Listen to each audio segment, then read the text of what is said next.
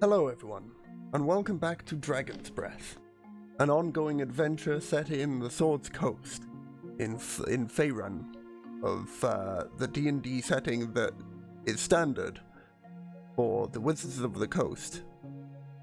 I am joined this week by 4 of the 5 party members. I'm joined by Dave, playing as Fridge.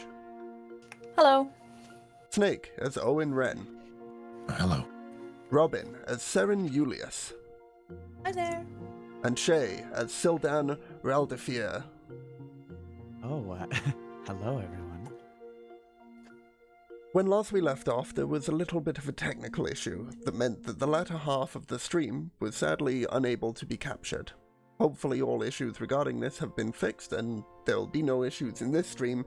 You can all sit down and look forward to a wonderful session of Dragon's Breath to hopefully recap some of the things that we lost in the last session. Our group had arrived in Waterdeep, fought off Nibbles Jr. and Nibbles Sr. in the sewers, as instructed upon by Skiva, who then was left to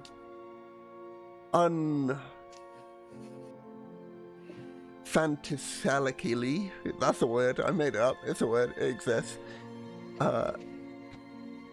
contract sepsis and die within the sewers of Waterdeep.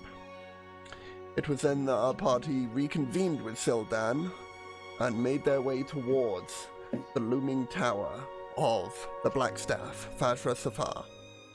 Upon entering, there was a short conversation with Vajra Safar where bedding and rooms were provided, and various different members were sent along their way. As Owen, you spent some time with Vajra Safar and saw a glimpse of things to come, as well as lifting a veil from over your head to then be confirmed by Lysette that perhaps your employer isn't all they seem to be.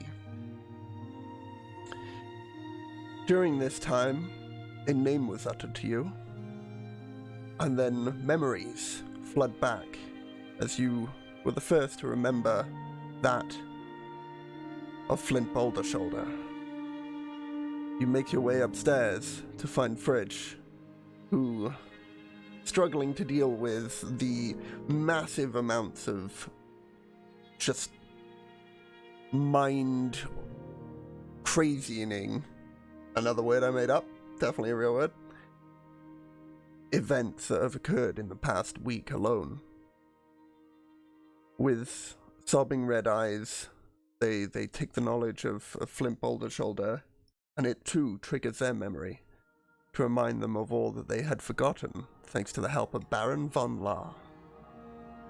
It was then that you met up with Seren and then Junior to have the same situation with those, as now all of you remember the loss of your friend, your comrade, and your ally, Flint, who to the best of your knowledge is still living, but currently is in service of the aforementioned Baron von La.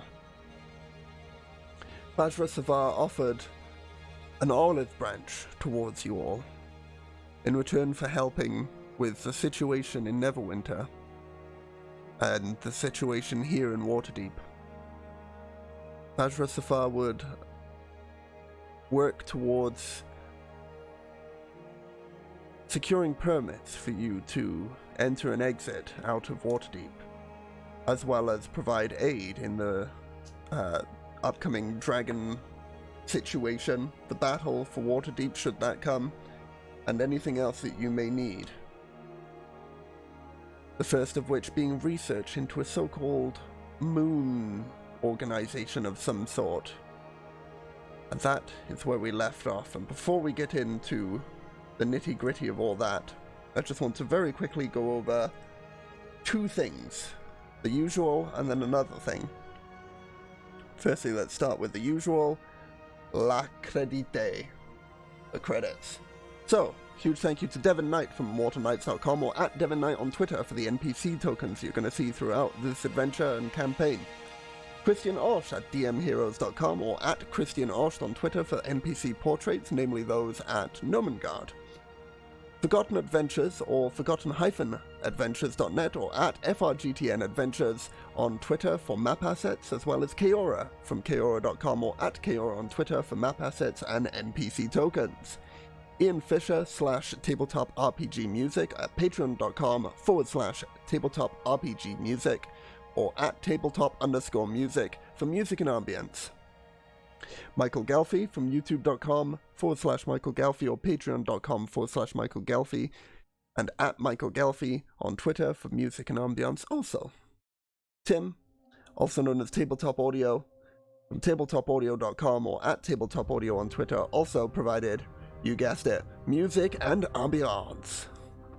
The wonderful player character art that you're going to be seeing throughout the night here, as well as familiars, has all been made by Rictus, who you can find and commission at Art of Rictus on Twitter. Be sure to go check out Rictus and give him all of your love.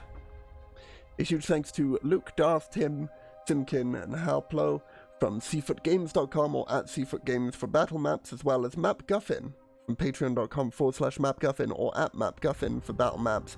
And lastly, a new one added for hopefully tonight's adventure, Jeffrey GeoQuester Gwyn, whom you can find on dmsguild.com by searching GeoQuester in the search tab, and he provided one of the battle maps that you'll hopefully be seeing later on. This streamed adventure is unofficial fan content permitted under the fan content policy, not approved or endorsed by Wizards. Portions of the materials used are property of Wizards of the Coast, copyright Wizards of the Coast LLC. So, with that out of the way, I want to go over something that has been an issue on Twitch in the last few weeks, months, and just bring light onto that and say that this stream, we try to keep it as much of a safe place as possible for all those who are watching and participating in the stream, and we appreciate if the chat would be ever so kind as to help maintain that sort of level of safety and camaraderie between everyone here. This is just a humble little D&D stream where we try to have a nice, fun adventure with all you guys, and hopefully you guys can enjoy it too. That being said, any form of defamatory behavior against another person of the chat or another person in general who may be active on the Twitch platform is not acceptable behavior here in the chat, and you will be promptly met with a ban. Also, at any time during this stream, feel free to type !HR as I just have now, and you'll see a list of resources available on Shay's Twitter that he posted the other day for combating this hate raid that is ongoing on Twitch currently. Hopefully, it won't be an issue here tonight, on this stream specifically, but just remember that it is an ongoing issue for many creators on this platform, and I'd very much appreciate if you could take the time, either now or during the end of this stream, to check out all of the links in Shay's Twitter post, get yourself informed, get yourself up to date, and see what you can do to help combat this issue. Cool. Thank you very much, everyone, for listening. I know that was a lot to go over. I really do appreciate it. And let's get on with tonight's adventure of Dragon's Breath. It'd be really cool to have like an intro there, wouldn't it? But, oh well. Hey, guess who's just messaged me? Durf's on his way, everyone. Cool. So. Just in time. Just in time. What are you all doing? As I believe some of you are bedding down for the night. Sildan, you've just gone off to your residence. Saren, you've just headed upstairs. Snake, as Owen, and Fridge, Dave, you are currently in the research chamber on the second floor with Vajra Safar.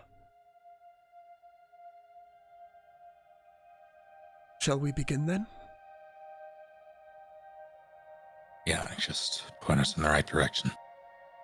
Well, there's many books here off to the side, as you can see. We're looking specifically for anything regarding an organization. The name, it eludes me at this time. It was Moon something. If we can find information regarding this, I believe there is something within the city that might be of aid to yourselves and our looming threat. And with that, Vajra is also going to start looking through some books. So, those of you doing research, if I could have you make your choice between religion or history check as you're searching through these books. Those of you with a point of exhaustion, I don't think 1 point causes an immediate issue, does it? Let me check that. Exhaustion, D&D 5e.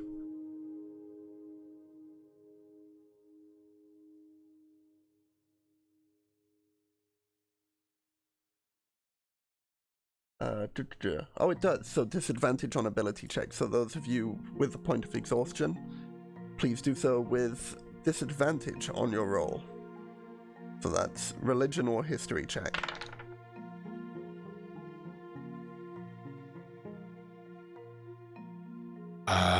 Trying to figure out how to add a point of exhaustion on D&D Beyond. Hello. Hello. Sorry, everyone. Hi. You've made it just about in time. You haven't missed much, just the intro and all that jazz. Alrighty. Currently you are, I believe, upstairs resting. Unless there was anything else you wanted to do, Junior. Owen, if you go on conditions, it's at the bottom of conditions if you like literally click on the header. Gotcha. Thank you. I was just trying to get that up to help you out there, but I didn't manage to get to a player sheet in time. Thank you, Dave. De for the nada. assist.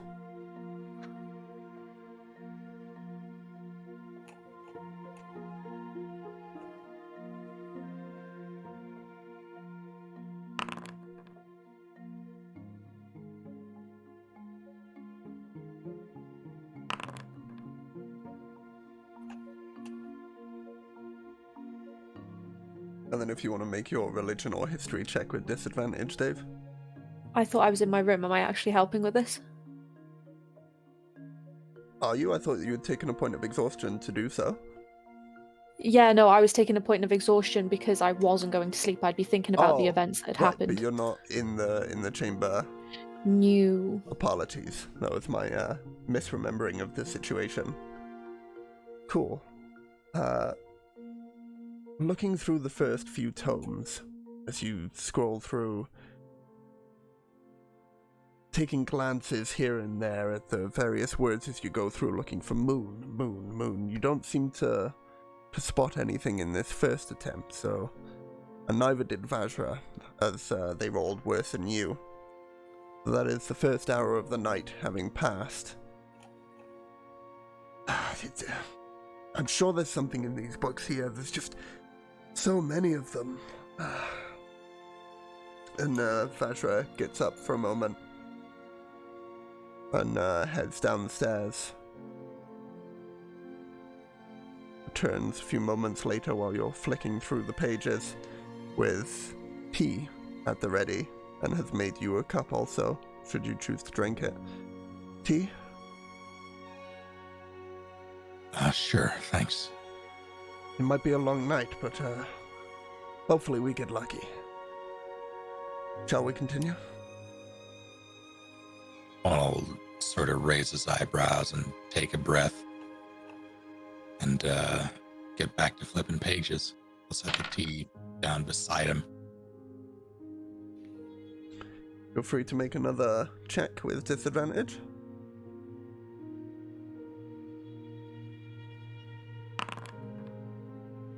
Well, no disadvantage needed. Sadly not. As you work your way in towards the second hour of the night, Vajra looking perplexed, stressed, infuriated that they can't find the information that they know they have available here in the library.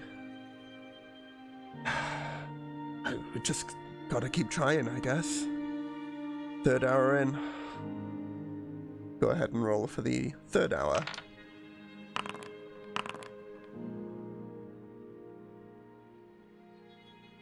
Very good. With an 11 from you and a natural 20 from Vajra Savar,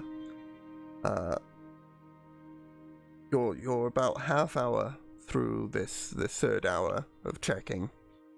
It's Vajra. Stars, moon stars. That's it. I've got it here. Come here. Have a look at this. And you see that they've got this dusty old tome, leather bound in quality, with most of the leather itself towards the edges sort of fraying and rotting with how old this book itself is. And as you begin to read through alongside Vajra, you read of a chamber beneath the castle here within Waterdeep, known as the Chamber of Heroes, where those laid to rest of the moon stars are kept in the crypt beneath the castle. Here they are buried alongside their artifacts that they used in the last Great War of Waterdeep. These artifacts are protected in self by the spirits of the moon stars. You read of a notes, where is it? You read of an Eldrass, a being elven in nature, who was quite the sneaky folk, and would oftentimes use illusion of some sort to create multiples of himself. And it was often very difficult for an opponent to pinpoint the exact apparition that was Eldrass, and oftentimes they would be convinced that they had the right one because they had done damage to it, but the next time they struck it, it was not more than an illusion again. It speaks of Junbei, a hero born and raised here within Waterdeep, who used his arcane powers to create spells that could even possibly rival that of the Blackstaff had they been perfected even further, and capturing them into an artifact of his own. You read of Sol Fu, a swordsman known to be the greatest swordsman that ever lived, whom had a gauntlet that could be used to restrain foes at great distance.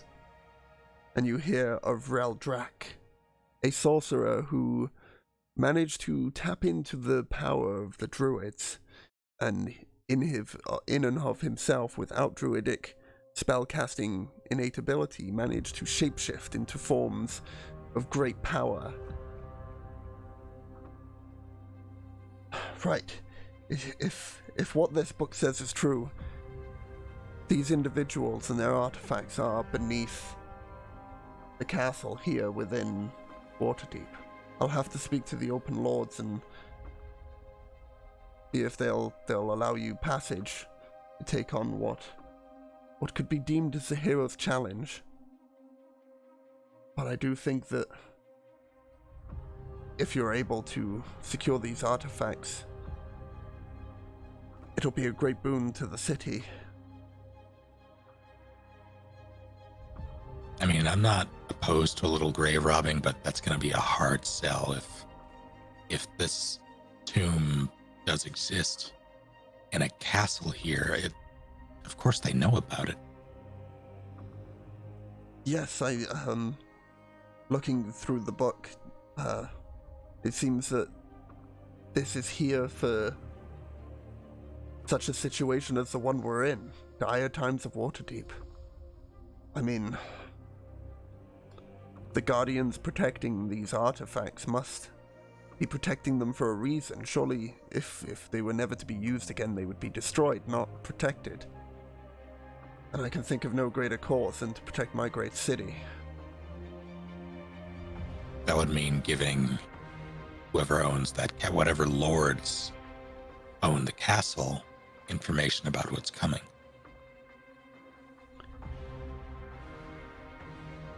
It might. And to be honest, I don't think it's unheard of that we should alert the city of dire situations, and at the very least they know of the dragon currently. Hey, I'm not against it. I'm just, the ball's in your court here. I'm aware, but I believe you didn't want too much to be said of that, and she points towards the piece that you have on your chest.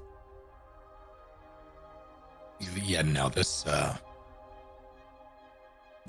stays between us. Granted. I'll, first thing in the morning, I'll make way to the Open Lords and create forum with them and plead that they allow you and your party into the chamber. I'd ask that you take my apprentice with you, as I feel he might be of aid in this situation.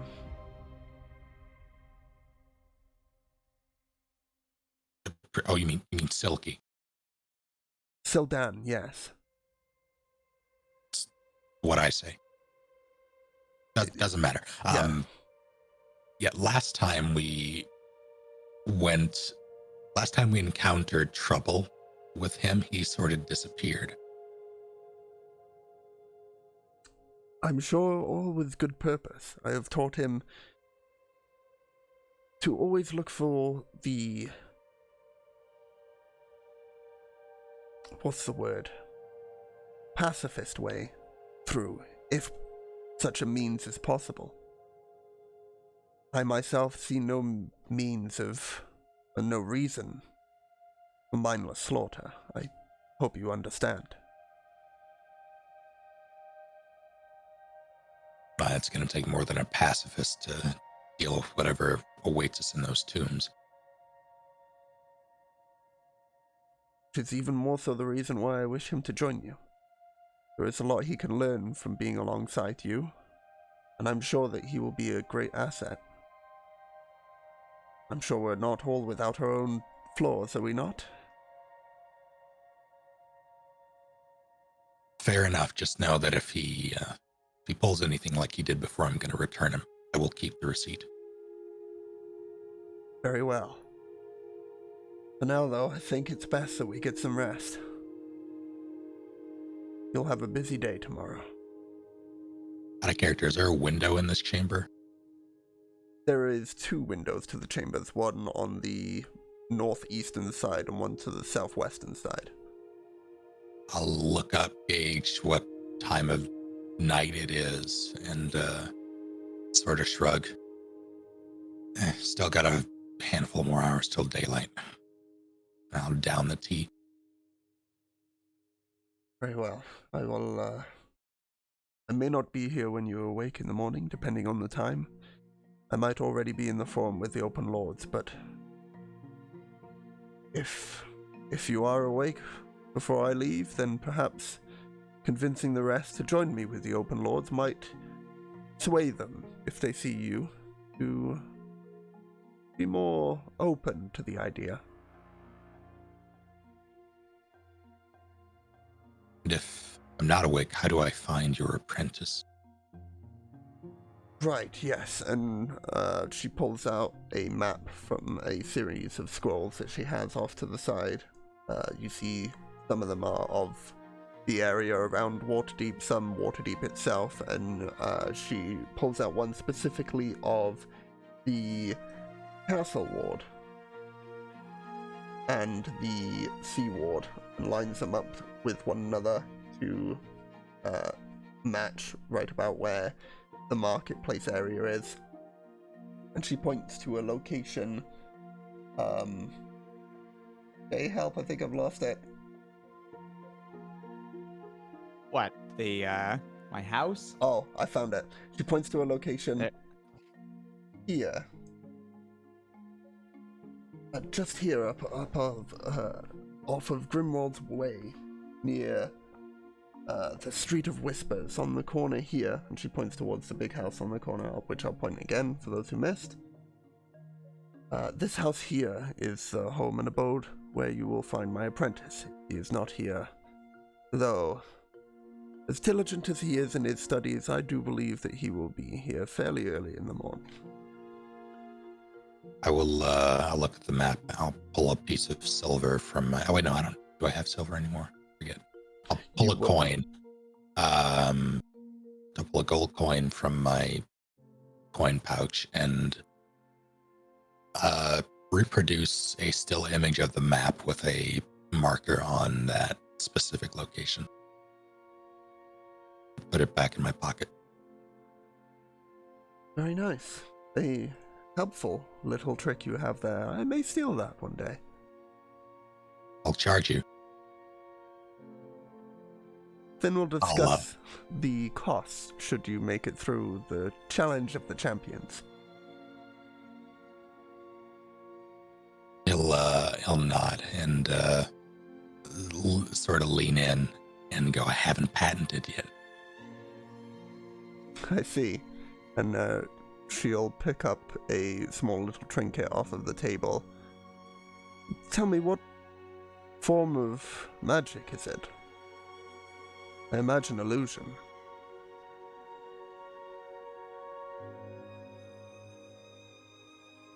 Well, you see, I say as I check the exact School of magic. yeah.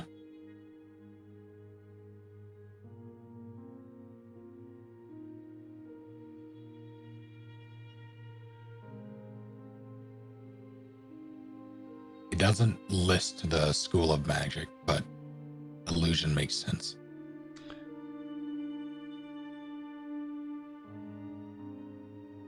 Illusion, you say? And she focuses on the trinket for a moment. And though not as refined as your ability to cast it, she is able to produce a very rough and buzzy image, similar to the one that you had made on the coin. Ah, I like that. I'll need practice with it, though.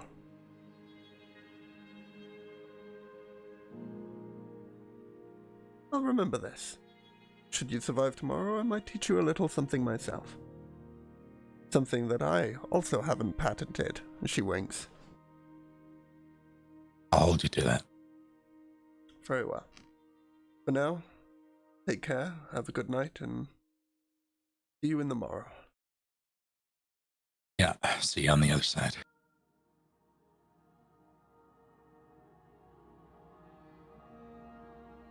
And that I will, I'll grab the tea, down it, having not touched it since it was placed before me, and then I will return to my room and start tinkering with the armor. Very well. Is there anything specific that you're looking to do with the armor, or just... Yeah, I'm changing its form from Infiltrator to, I think, Defender it's called. Very well. Cool. As long as you're keeping note of that and what it all does, that's all good to me. So, the night passes. Some of you restlessly. As tomorrow's adventure looms ever closer. Light breaks the window in the morning. Some of you having received the benefits of a long rest, and others not so much so. You begin to awaken. Firstly, Junior. You're real itchy. Itchy, like itchy tasty, or Itchy tasty? like I said, never mind. I appreciate it. Thank you. Mostly your, like, just behind your ears, and your armpit region and your back is super itchy, and you scratch it for a moment, and that's quite a lot of hair you've got that came out from scratching there. Peculiar. Nothing peculiar about it. It's not like, ooh, I just woke up and I happen to be all hairy. What the fuck's going on? Also, those of you whom were affected by the disease of the rats lose a further 3 hit points off of your total, as you have not yet gotten it cured.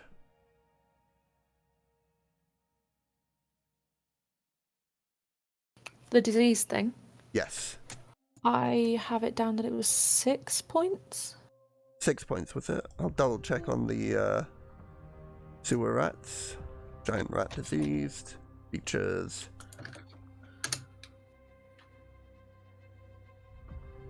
Bite. Oh, it's a roll of 1d6, so hang on, let me roll that. 2. Your hit points are both reduced by 2 Ah. from your maximum. Be sure to keep note of what your original maximum was, as it will return to that when you are cured of your disease. So, Junior is awake. Fridge, you have not yet slept. And you wake up groggy, feeling a little weaker. Well, not wake up, but sort of realize that perhaps you should get moving, and feel a little weaker from this infection within you. Saren is next to rise. Nightmares. Aaron, Sorry, go ahead. no, exactly what I was going to say. Nightmares fill your dreams in your mind as a mostly restless sleep. You are still able to receive the benefits of a long rest, of fully healed and all spells and such back. Although not currently with you all, till then, you also have awoken and perhaps even made your way to the tower at this time. Up to you. Yeah, I think I would do that pretty soon after rising. Cool. And as you all come out of your rooms, either simultaneously or one by one, and make your way downstairs, you see that the central room now has had most of the stuff cleared off of the table within the center of it. Chairs have been placed in and around the table, counting 6 in total, and food has been laid out for you here this morning.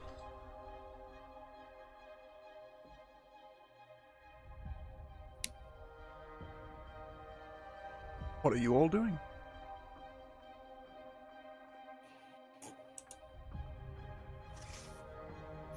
Oh my. Some of you look awful. Rough night.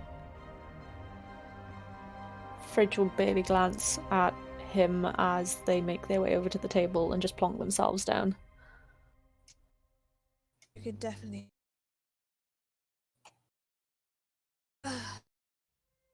Aaron will just go sit next to the fridge, boy with a. You're cutting out a little there, Robin. Oh, sorry. No worries. Any better? We'll see. Talk a little louder. Yeah, no, Saren will just go and sit next to the fridge and could have picked up just there's maybe a glass or thing, or just fiddle about with it on the table.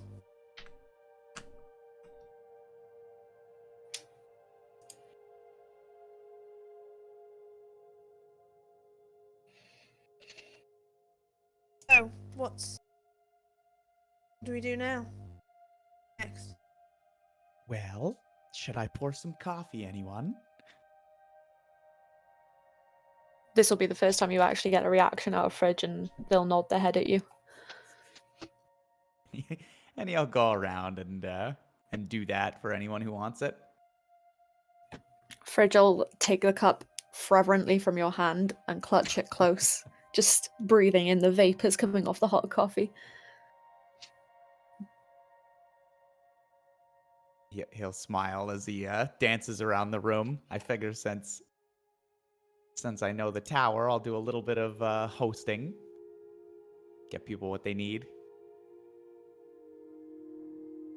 All right. Well, you'll all have to fill me in. Where to?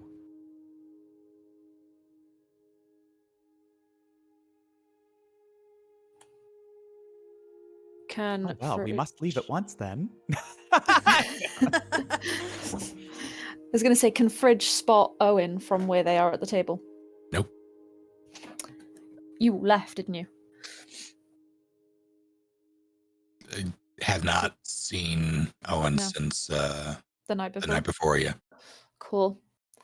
We're waiting on Owen. He has a plan, so just waiting on him. And Fridge will start sipping at the coffee. How do you feel, Fred? Probably about the same as you at this point.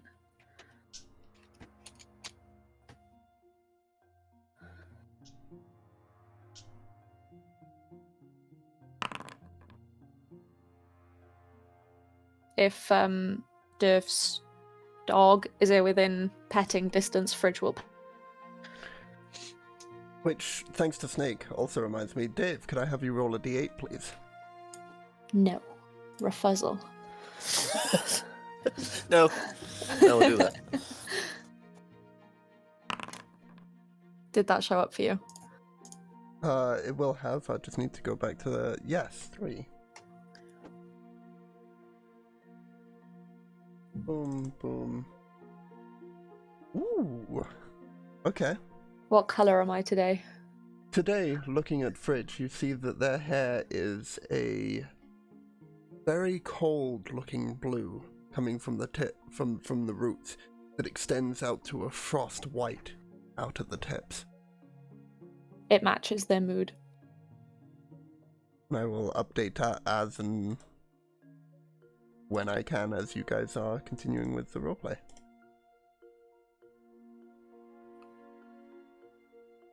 Has Junior actually made it down yet?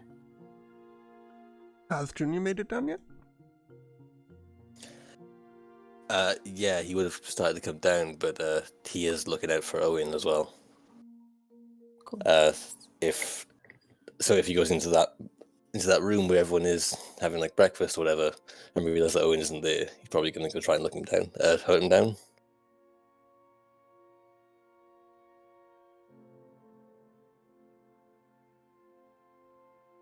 Just us at the moment, then. Fridge will say to Saren and Sildan. Fortunately, I seem to find her hair colour really unnerving. Reminiscent. You're still breaking up a bit, I feel. Yeah. I don't know. I keep talking and it's not registering. Is it the sensitivity? Do you need to turn your audio sensitivity up? I'll give that another go.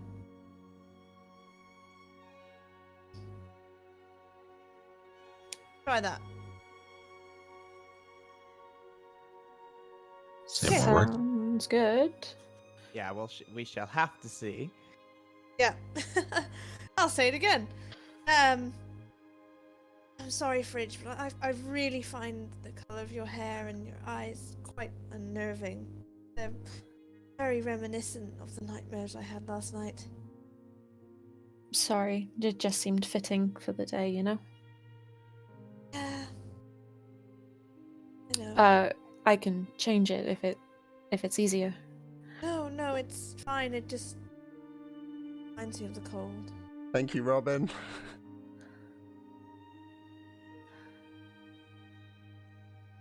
I just got finished sorting out the new one. No, I need to change it.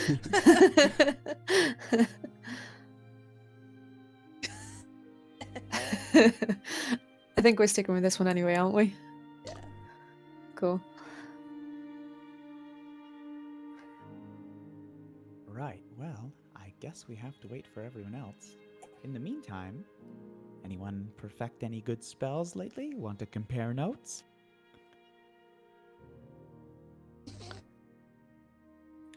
No, on spells. I don't think I've had any good ones in a while. Oh, yes, like compare books, you know. Sure. I guess. Oh, do you not take notes to cast your spell? Oh, you're one of they just happen for you. Mm-hmm. Oh, how delightful. That must be so much easier. Yeah. Much. Right, well, did Mr. Owen happen to say where exactly he would be taking us, or give any inkling at all to our plan? Have you heard of Nomengard? Oh. Well, yes, the delightfully little place with gnomes in it. Yeah. Don't eat the bread.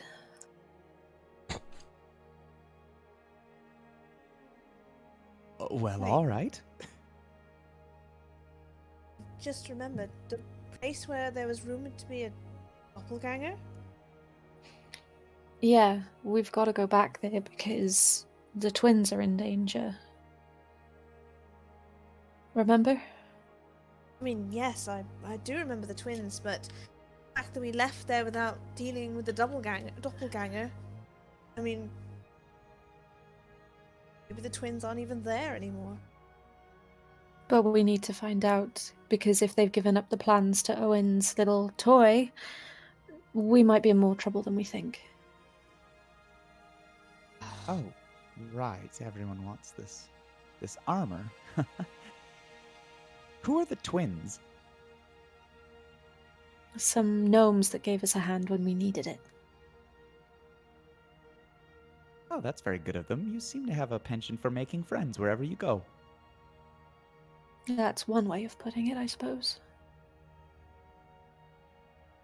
And all of them are that friendly. Fortunately, as you know, me and Fridge found out. Well, the lands we live in. What about you, swordsman? What say you? I believe Junior is currently not there and is knocking on Owen's door. Oh, well, I'm talking to myself then, aren't I? Which let's jump to that real quick. Junior, you are knocking on Owen's door. Like his bedroom door. Correct. Oh. Okay. Any answer? No response. I'm just gonna open the door. It is not Anyone? locked. Anyone in there? Can you describe what's in this room, Leo? Inside of this room specifically, and Junior now notes the difference having seen your room and his room. Your room contains a quite fanciful bed, double in size as opposed to the single that Junior has been dealt with. A large paned window that, when looking through it, doesn't show any particular location and seems to be constantly morphing colors to suit the time of day outside. So at this time of day would be a sort of light blue color with a grassy sort of green towards the lower end of the window's portion. There is a small writing desk off to the side of where that is, and a nice fancy set of quills and parchments all there and available. And the room's floor is in this quite intricately designed and lacquered floor and skirting boards, and then in the center of the room a elegant blue deep rug with gold inlace all around it. So at the writing desk is where Owen is, beside it actually, laying his back to you on his side, and the very small mug broken beside him on the floor. Papers are scattered about. He does not seem to move when you come in.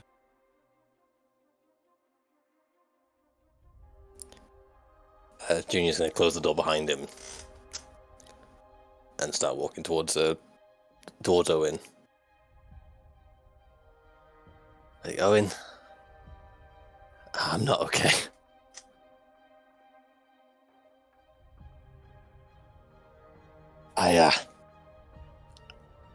I'm getting hairy. I know full well that's not normal. I think it has something to do with whatever kind of shit we've been through. My leg hurts. I'm just all kinds of fucked up. I didn't want to tell the others. Don't need to make panic. You seem to have a good head on your shoulders. What's the plan? At that, you hear a snort, and you see Owen sort of start and sit up and look around.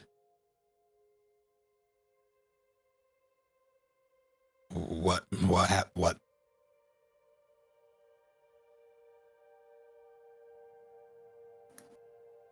I guess I'll just show you.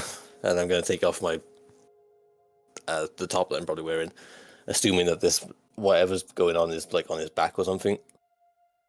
Yes, back, armpits, and behind the ears. And show Owen. Oh, good. No, not it. Owen will rub his eyes, very confused, but he'll lean in just the same and try to figure out what the hell Junior's trying to show him. Junior's back is a little more hairy than what you've experienced of yourself and any other male travelers you may have seen, as well as small growths of hair that seem to be growing behind his ears. It all seems to be in the color that natural to Junior's hair on the top of his head.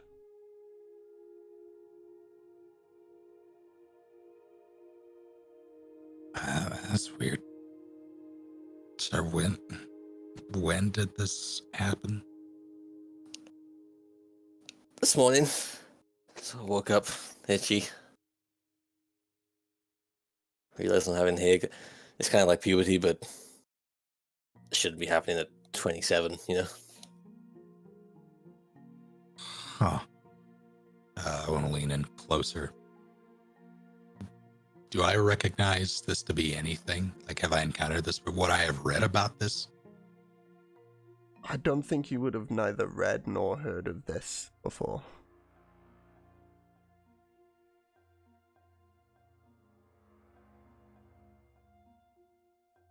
Owen will sort of like prod his back with his finger. Anything hurt? Just the itching?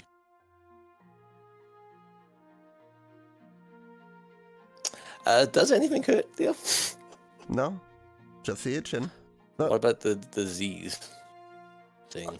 I mean, internally you feel weaker overall, and the scar you have that was submerged in the sewers hasn't visibly healed much.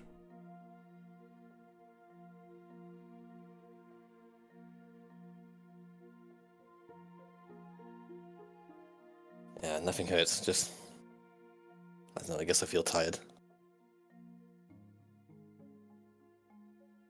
Any changes the past couple days, I guess? It's a couple days now. We showed up in I felt fine yesterday. And I woke up this morning and I'm getting all hairy. What'd you do yesterday? Well, Fell into some shit. Quite literally. I mean, that can't be healthy. No. I didn't really think much of it at the time. I want to sort of circle around him, trying to spot any visible wounds or anything. Anything pulsing, growing. Roll a medicine check.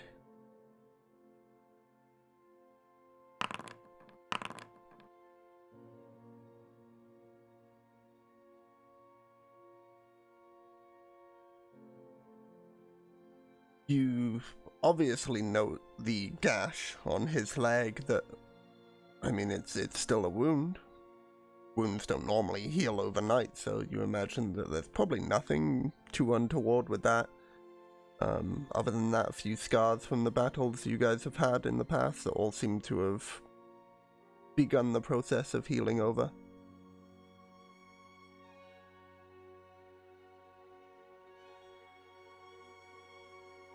I can't really. This is fresh, yeah. It's happened yesterday. The leg wound, yeah. That's that bastard rat Nibbles. Well, I don't know if this has anything to do with what you're feeling, but if you stepped in raw sewage at any point with that leg wound, I would get yourself checked out. Just as a precaution. It looks fine, but I'm not a doctor. Is getting hairy a usual symptom of that kind of thing? I didn't know that the kind of thing we thought or fought was a kind of thing. I've never seen giant rats before. No, that's true.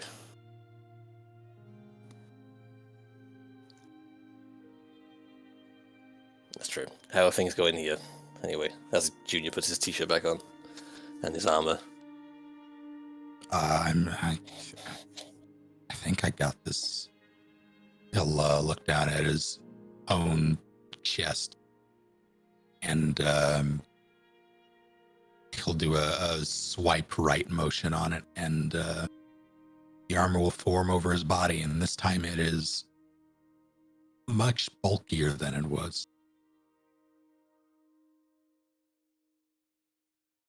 Far more angular as well. And then he'll cap it off with the helmet that he got from Flint Boulder Shoulder. Red eyes and all. Owen saw the helmet.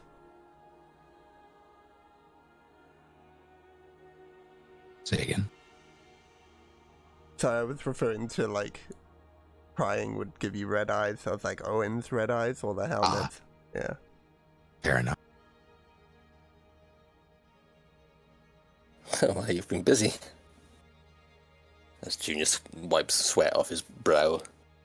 Not looking very well. Yeah, I had some time. We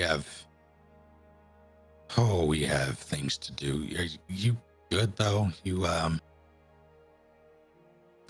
kind of damp.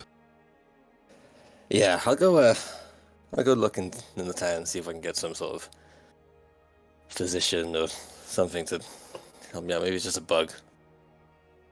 We have to go grab Silky. We're supposed to take him with us for what I have to brief you all on and beyond. Oh, I just came from downstairs. He's down there if you want to chat to him now. Oh, super.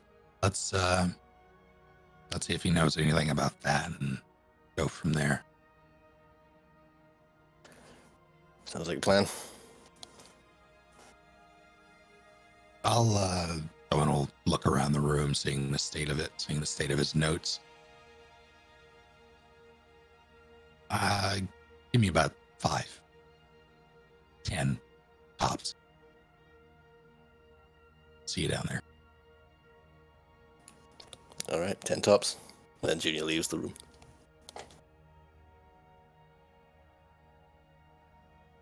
Two heads downstairs, wherever everyone else is, to be clear. Yep.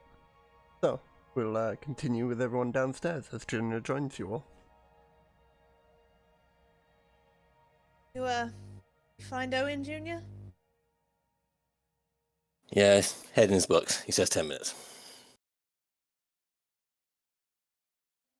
Can we see that he's perspirating quite a bit, or? Roll a perception check. And Junior, are you trying to hide this, or...? Yeah, I guess he is, yeah. Roll me a stealth check. Which I believe is at disadvantage with you with chain armor, right? Mm-hmm.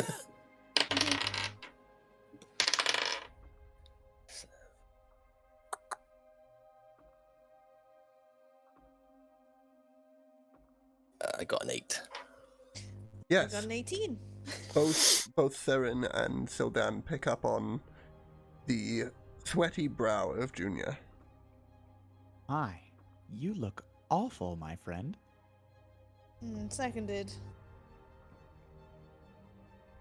Well, long day yesterday, you know. That was yesterday, Junior. Not today. I wouldn't expect you to be sweating this early in the morning. Alright, I don't feel great, alright? I don't know what to tell you. Sildan turns to Saren. Does everyone in this group take such poor care of themselves?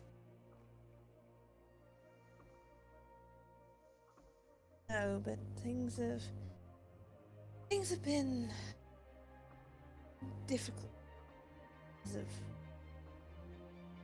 We've had a lot to deal with. I think Junior here is just under the weather, right? Of course. And where is your fearless leader?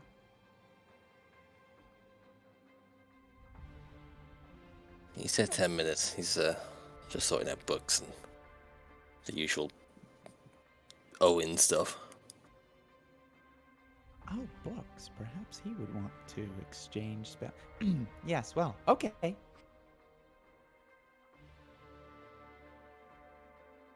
around this time that you hear someone returning downstairs. You hear the door open. Visible or audible steps of someone walking in and the door shutting.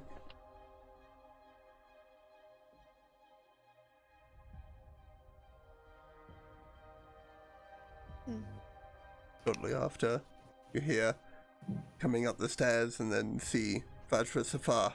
Oh, good, you're all here. Well, most of you. Is Owen spoken to you all yet? About what? Well, he and I discovered a few things last night, and where is he? Present. One will around the corner. Good timing. Would you like to do the honors, perhaps? Well, oh boy. How do you feel about fighting ghosts?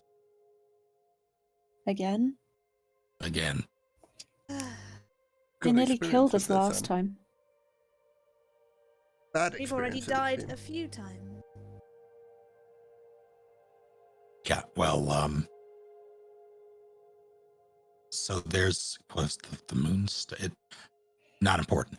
There's a tomb filled with artifacts that may aid the city. And, well, I need someone to go down and retrieve them. So that'll be part of helping them fortify against an oncoming attack. Aid the city in what way? I mean, a weapon is only so good in as much as you use it. But is this what we're deciding takes precedence over Nomengard? Oh, no, absolutely not. We'll get to that. He'll look directly at the Blackstaff. And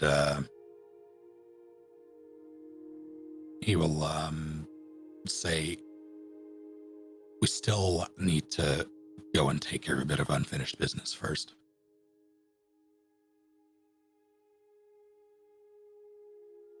Did you just say the plan is to go down a tomb? Yeah, I did. While that is fair, I believe we, at the very least, should speak to the lords. You'll need a permit if you're to get back into the city, and I can't, with my power, secure that alone. I think it best that we at least see the open lords, and I can provide travel to Nomengard, just not returning. But it would take me some time to set up. How much time? Half a day at most.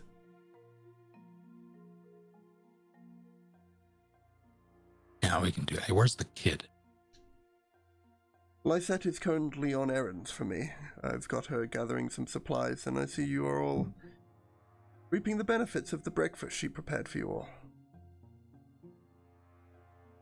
There's breakfast. Owen will immediately beeline it to the table and start grabbing things. I've arranged a forum with the Open Lords. We have about an hour for you all to prepare. I know this is short notice, but if you would like to join me, you are welcome to do so, but feel no obligation to do.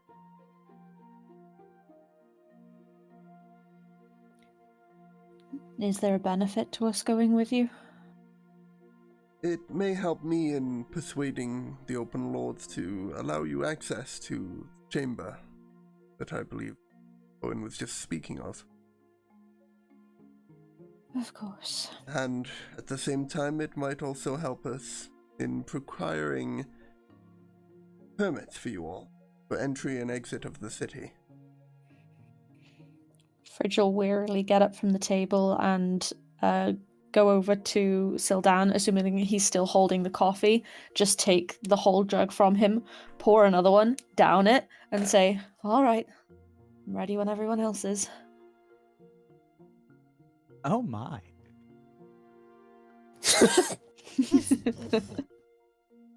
I like her gumption. Let's away.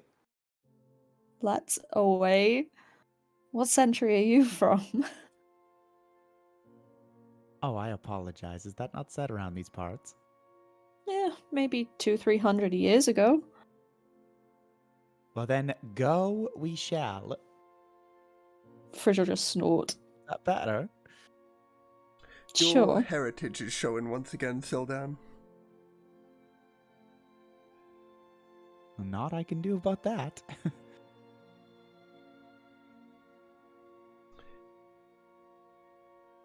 And if you're ready then, we shall make our way towards the Lords. I'm sure they'll like to see us nice and early.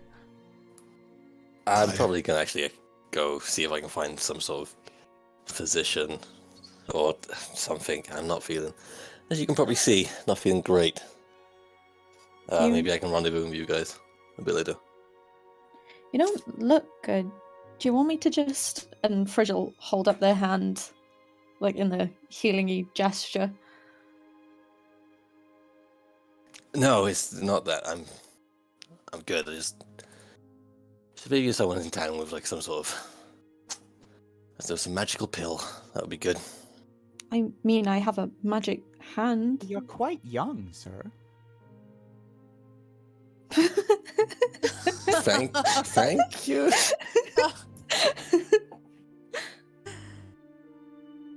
Oh, for your illness, yes. Look,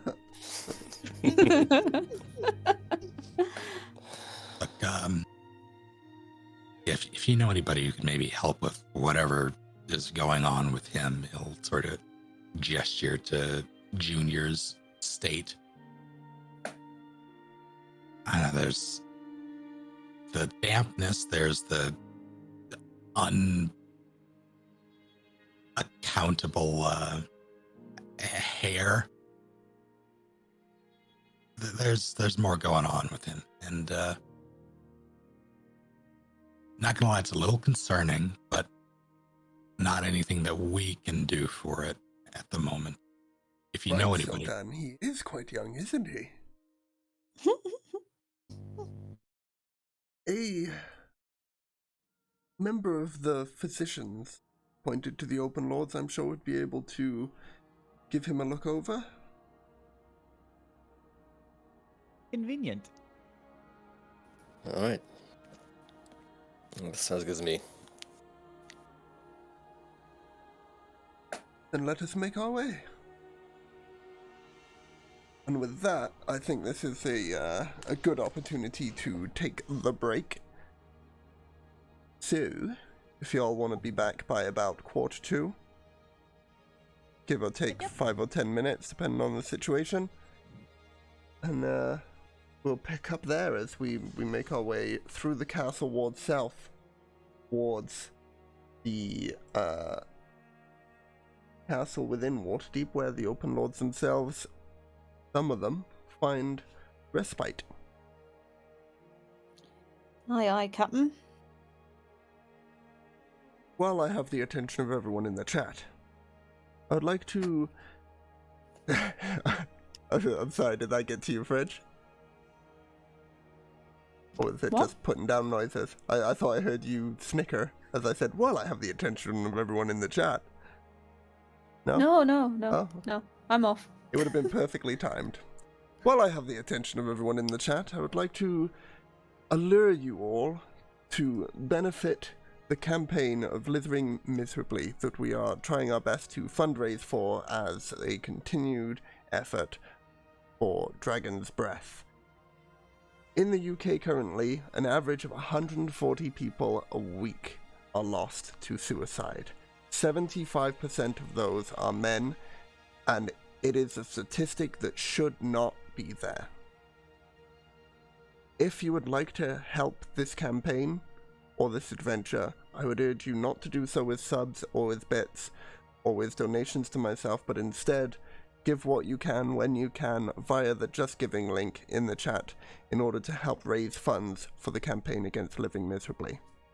Each donation helps support the campaign against living miserably with its online web chat services, as well as available calls in the UK from 5 p.m. until midnight each day.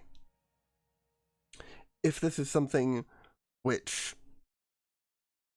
you would like to benefit, again, the link right there. I cannot thank any of those of you who have donated enough.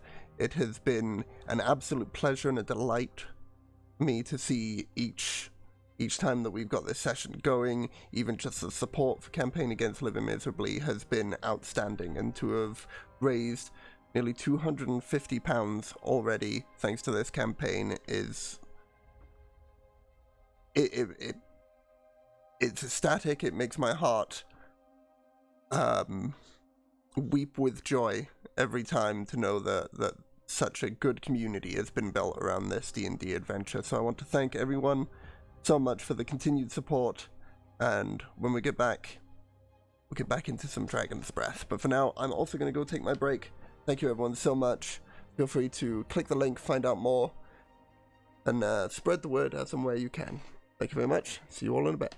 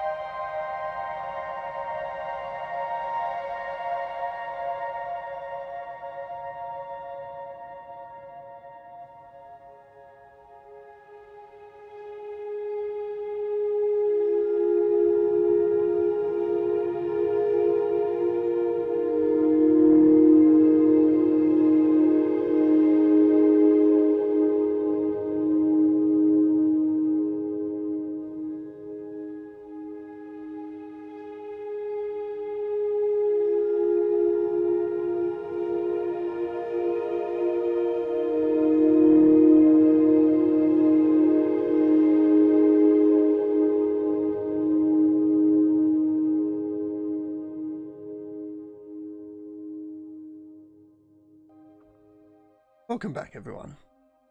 The adventurers, now having made their way through the castle ward south and entering in towards the dock ward. No, not quite actually making their way into the dock ward. It wouldn't make sense for the castle ward to not have the castle, would it? They approach the gates of this large looming keep, surrounded on all four sides by this giant weaving wall as it spirals around the castle and returning back towards the keep on the north side. They enter through this large looming gate into the courtyard where they see many a soldier practicing on archery range and wooden, what's the name for it? Like mannequins, I guess? Yeah, wooden mannequins. They practice their swordsmanship. Dummies, that's the one I was looking for. Thank you very much. You make your way into this grand entrance hall for this castle that seems to just expand further as you go inwards into this great chamber littered with ornaments of gold and giant pillars with spiraling golden serpents that weave their way up and around the pillars towards the top. Towards the end of the central chamber, you see currently 5 sets of chairs. In 3 of them, you see sat 3 different individuals, all with their faces covered and hoods up, in a sort of ceremonial garb, it would seem, that protects their identity. I see you've brought them then, Vajra, the one in the center chair says. Yes, my lords. These are the people of which I spoke, as well as my apprentice, Sildan, whom wish to take on the challenge of the champions and reclaim for Waterdeep the artifacts of the Moonstars. I would ask you aid first of your physicians. We have one of the individuals here has contracted illness, it would seem, having dealt with an issue of the cities, the rats within the sewers. So, I'm sure you'll all be very thankful that they have, without your call or coin, helped out in aiding the city already. Yes, very well. We can provide physician, but I will stress to you, Vashra, that aiding and abetting those without permits within the city who've smuggled their way in is not something that we would normally deem acceptable, someone of your stature. However, given that these individuals have provided, as you say, a service to the city, it will be overlooked this time. But know that you must tread lightly given your position. Yes, my lords. Now, shall we begin today's council? I call forth Vajra Safar in place of the Lord Protector of the realm, as we still are dealing with that situation and have not yet been able to appoint a replacement for Dagalt. Very well, and you see as Vajra walks up the small set of stairs towards these 5 chairs are all spaced about 2 to 3 feet apart on either side, and sits on the 4th chair from the left or 2nd from the right. Step forward, adventurers, and state your names. My pup immediately runs forward and is like by this dude's feet, jumping up. As the pup rushes forward, you also see from behind the pillars several guards also rush forward to try and reach the pup. But the Lord raises his hand, and the guards stop and stand at the ready. Nary a worry, but a pup. They reach Sorry, down he's... and give it a little fuss. Spry. He's got an attitude. Spry is a good word. Yes, I would encourage you perhaps to teach better manners to your pet, but a cute one nonetheless. And you are? Junior pushes his, like, probably looks very sweaty here right now. His face. I'm Junior. That's my pup. Just called pup right now.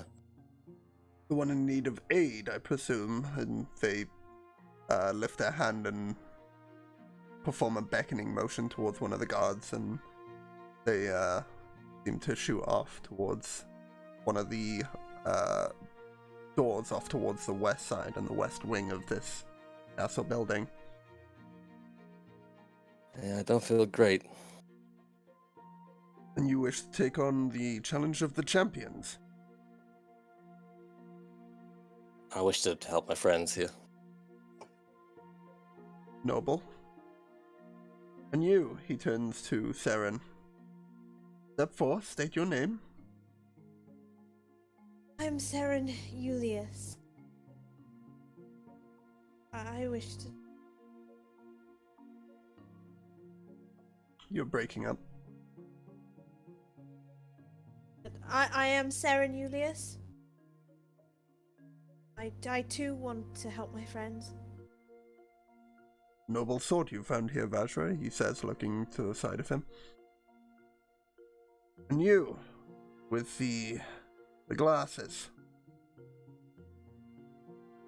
Yeah, hi. I'm Owen. I'd like to help if I can. That is the hope, isn't it? And Whitehead one, I believe Vajra introduced you as her apprentice. Yes, that's correct. Sildan, I suppose it would be becoming of me to lend my aid to this fine group of adventurers that I've found. It is, after all, what you've been practicing for, no? To aid the city, take over after the Blackstaff? Oh, yes. Suppose you could say that I'm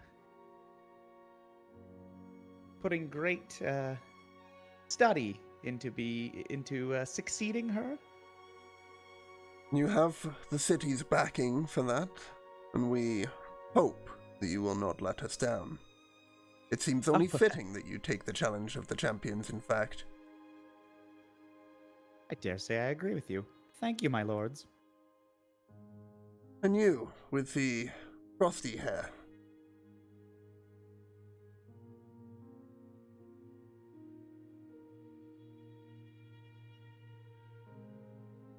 Short one? Are you muted, Dave? I was indeed. Sorry, I said, yeah, my name's Fridge. I'm here with everyone else. I'm here to help. Understand this.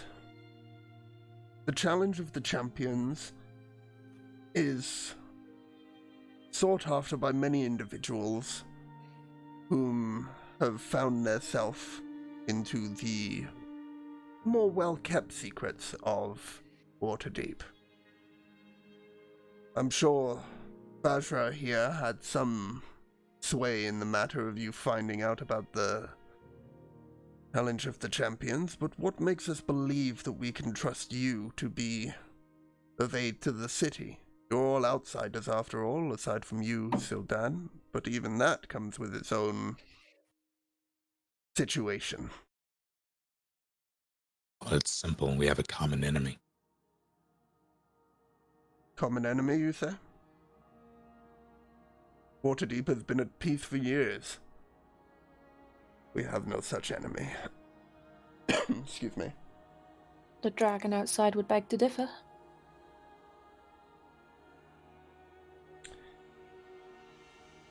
And I think you'll find that our walls are safe enough, do you not think?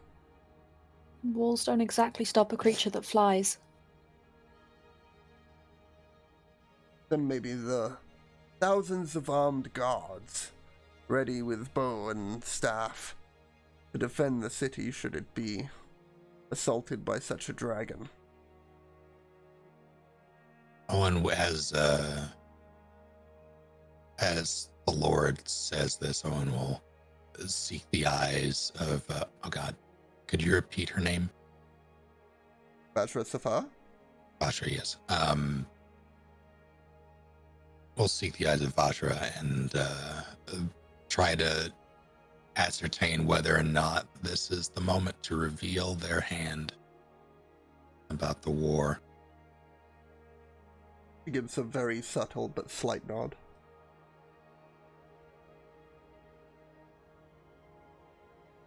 The dragon isn't the only enemy that threatens your city.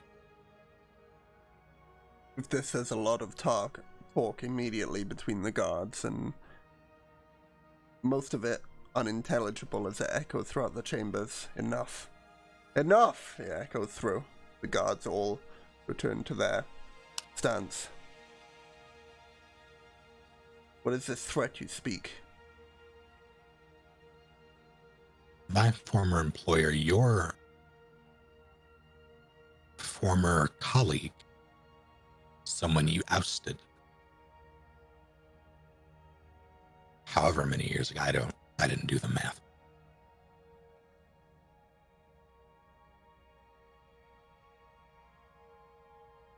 Daggled. Yes, we've appointed him as overseer of Waterdeep. As a means of exile. He did not take it lightly. And you know this how? Because I worked for him. He's amassing an army, making allegiances, alliances with powerful, bad actors. He doesn't take his gaze off of you as he leans his head towards Vajra. What they say true? Yes, my lord. He saw it with a scrying spell. It appears that Dagult wishes to wage war upon Waterdeep. Again, the guards all in an uproar over this. Enough, I say. Once more, and I'll have you all sent out of here and quartered.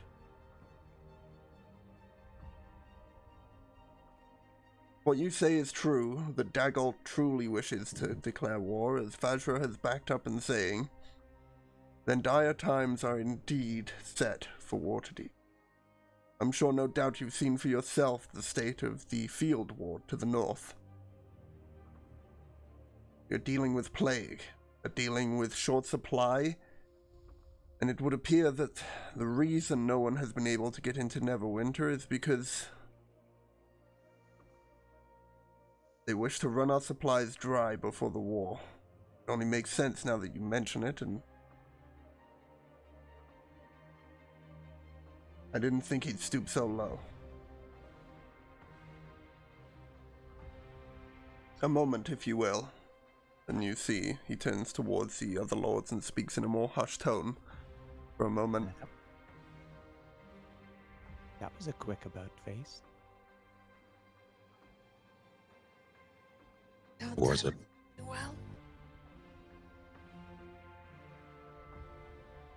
pretty powerful motivator.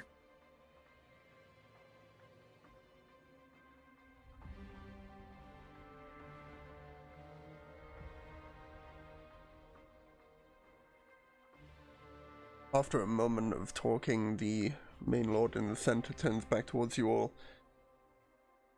Mr. Owen, was it? Yeah, that's me.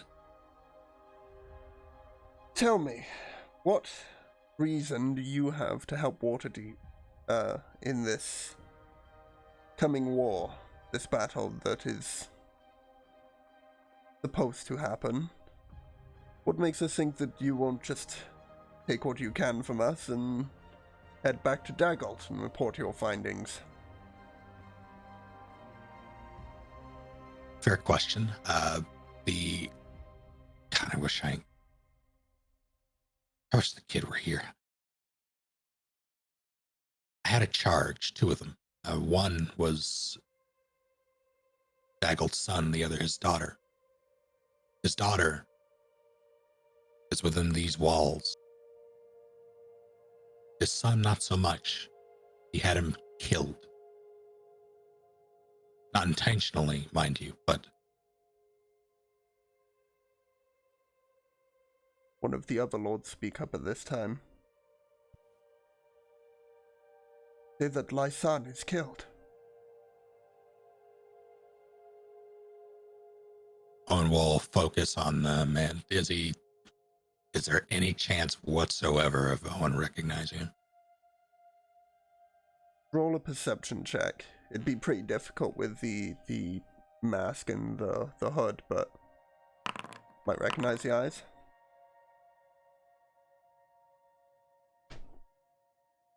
Ten. You don't recognize the voice or appearance. You knew it? When Daggold was living within the city, I was in charge of the boys' training. Seems I have failed my task.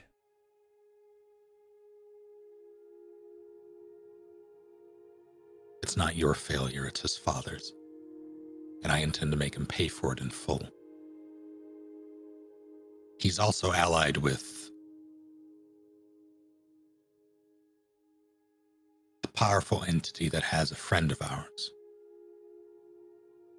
We owe him a life debt.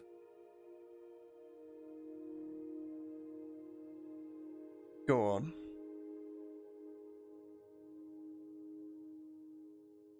Out of character, do we have the guy's name? The one who killed you and Fridge?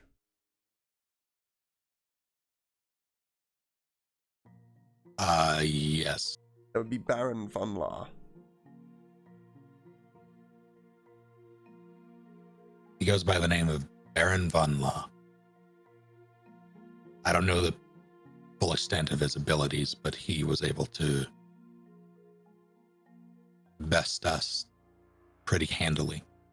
As you say the name, you see all the open lords visibly look towards each other before looking back towards you. The one who spoke being the trainer of Lysan. Seems we have enemies closer to our gates than we initially thought then. If what you say is true, then Thornhold is already lost.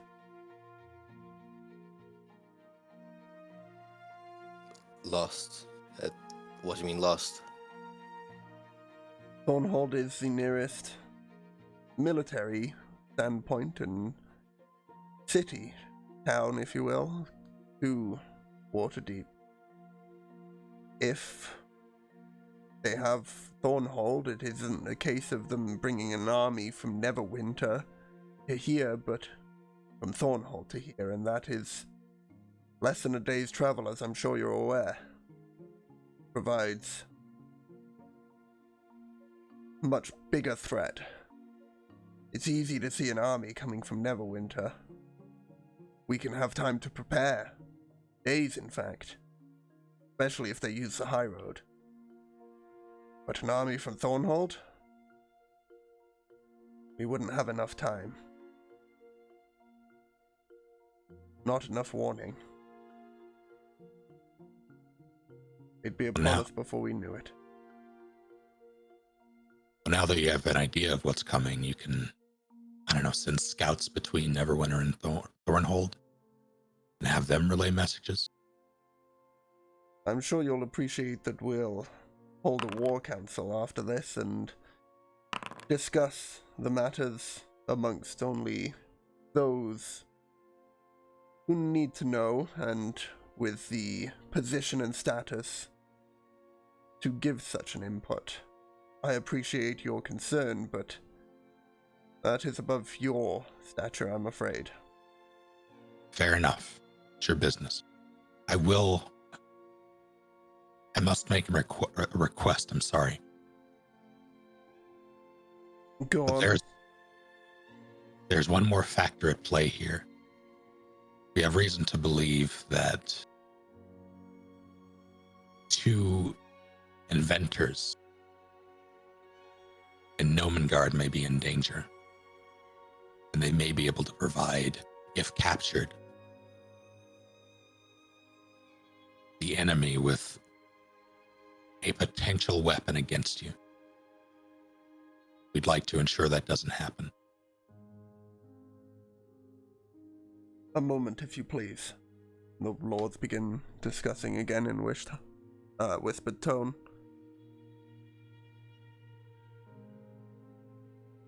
You see the exasperated hand movements as the one on the far right who hasn't said much to you specifically, seems to be leading towards the other lords, and Vajra also steps in, speaking in hushed tone, before he turns back to you.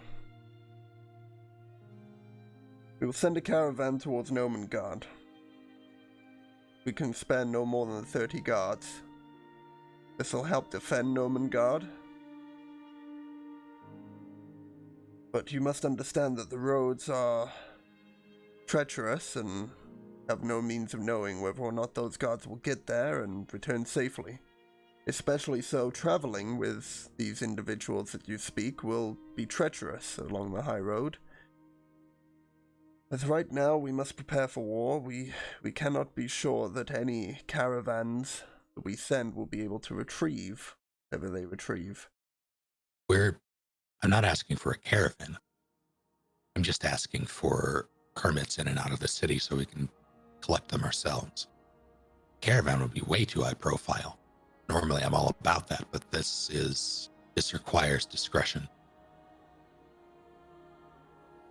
And you'd bring them back here? That would be the plan. And you can assure us that they will be willing to come? I can't make that assurance, no. I can't speak for them. But I'll plead my case. I'll plead your case. I would like to add a junior steps forward. If we're sending the caravan to collect these Nomengard twins, we're probably going to be going past Thornhold, which you've told me is probably already far gone. But there's someone there who I very much care about, and would hope that if we've already got the caravan to go there, maybe we could bring her back too. Her name's Martha. She's very dear to me. You must understand, sending a caravan into Thornhold is a death threat for my soldiers. I understand. I'm not asking you to send your soldiers in. Pass them past. Well, a caravan of soldiers is what we were sending. What are you suggesting? On our way past, maybe I could go in and get her. If I perish, then it's just me. It's no big deal, right? Looks towards the other lords again. We cannot control your actions outside of Waterdeep, as you are not officially affiliated with us. Whatever you choose to do outside of the city is your own. And she'll have a place here? Should I bring her back? You promise to aid the city in return, as you seem to be doing. Then we will provide what little shelter we have. Yes. Thank you.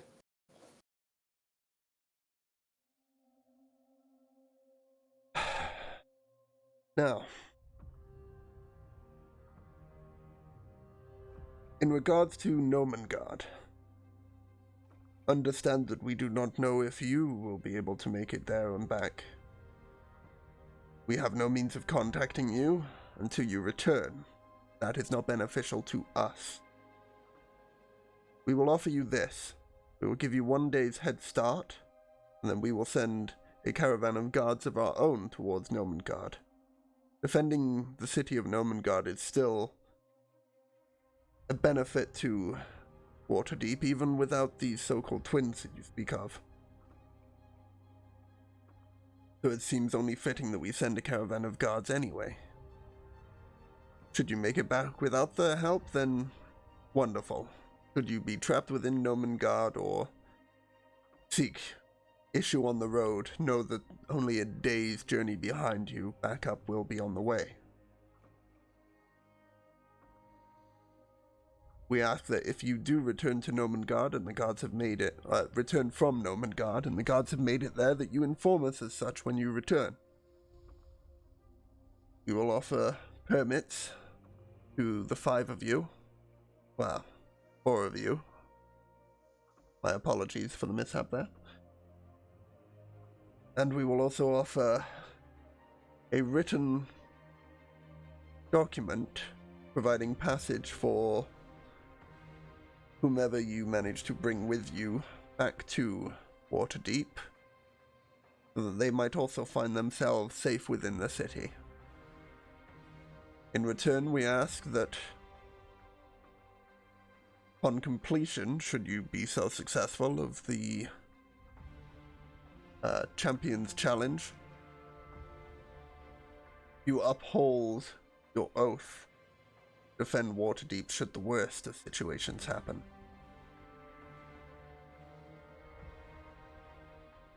Does that sound fair?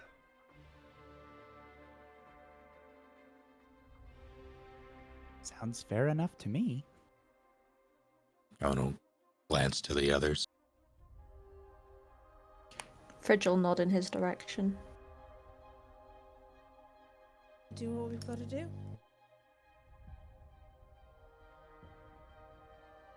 My lords, might I suggest something?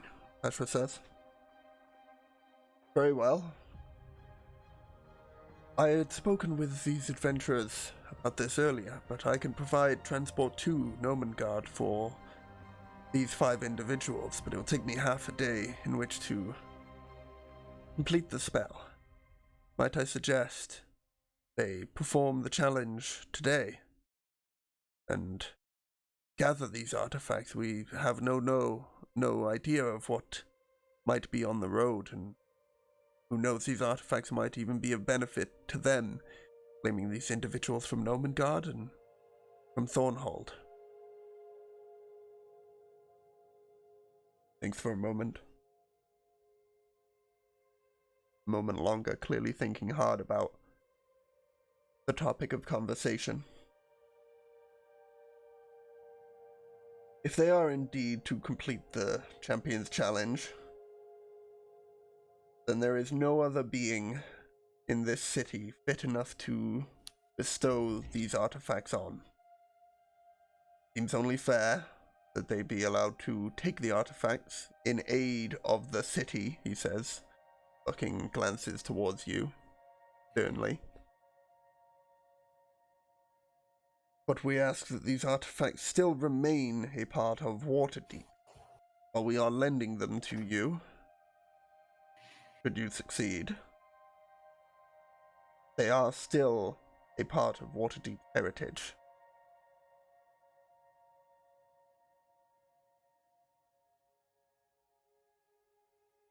We understand. Very well. Where is that goddamn physician?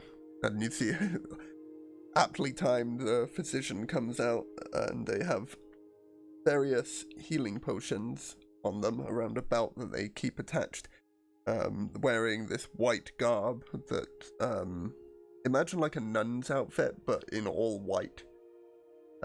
Upon the chest piece, you see the crest of Waterdeep, laden in a sewn gold and red thread. Yes, my lords, who is it that seeks my aid?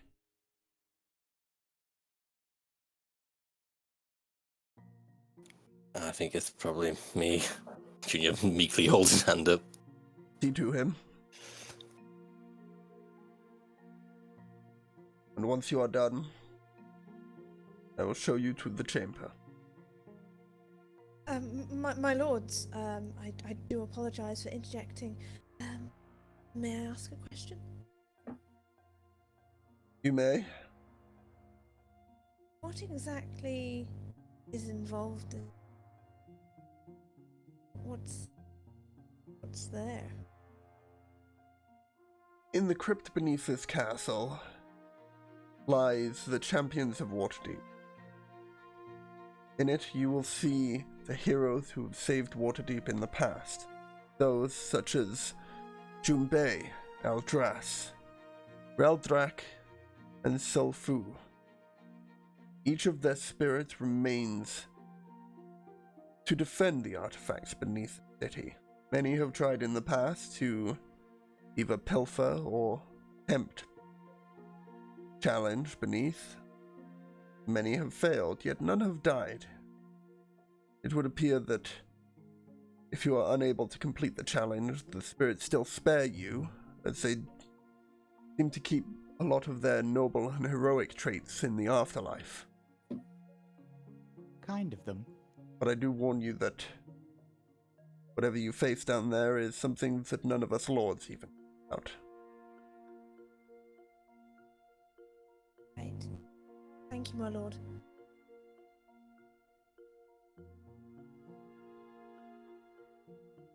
Full disclosure on my part, I'm running on fumes and tea at the moment. So I if we're going to be partaking in this challenge, at least I'm going to need some rest. Never I mind. second that one. Yeah, Drew Puddle, how are we all doing?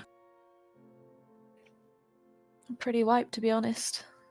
I didn't think we'd be taking on ghosts before we hit Nomengard, or at least before we hit the road to Nomengard. How is, question for the DM, how is Fridge looking? Rough. Regardless of... Right. Extremely. Oh, thanks. Like, you're not wrong, but Jesus. Chill, dude. Yeah, damn. Very well. I believe they're staying with you, Vajra? Yes, my lord. We'll give you half a day.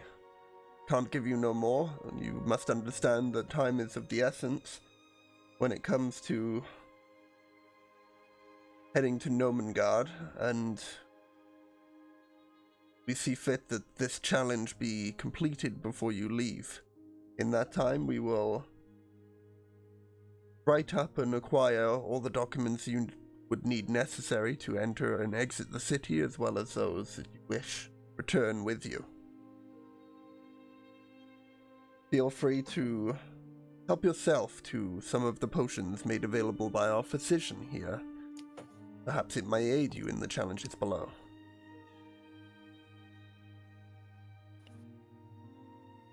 Waterdeep needs a hero now more than ever. And while you're not exactly the poster childs we were imagining, you're what we've got.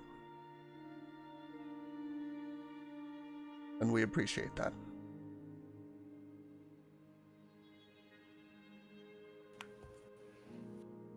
Junior heads towards the whatever's offered to him in hopes that they can help him out with potions or whatever they've got. So the physician looking over you would, first off, checking your temperature, see, you've got a sickness upon you, boy.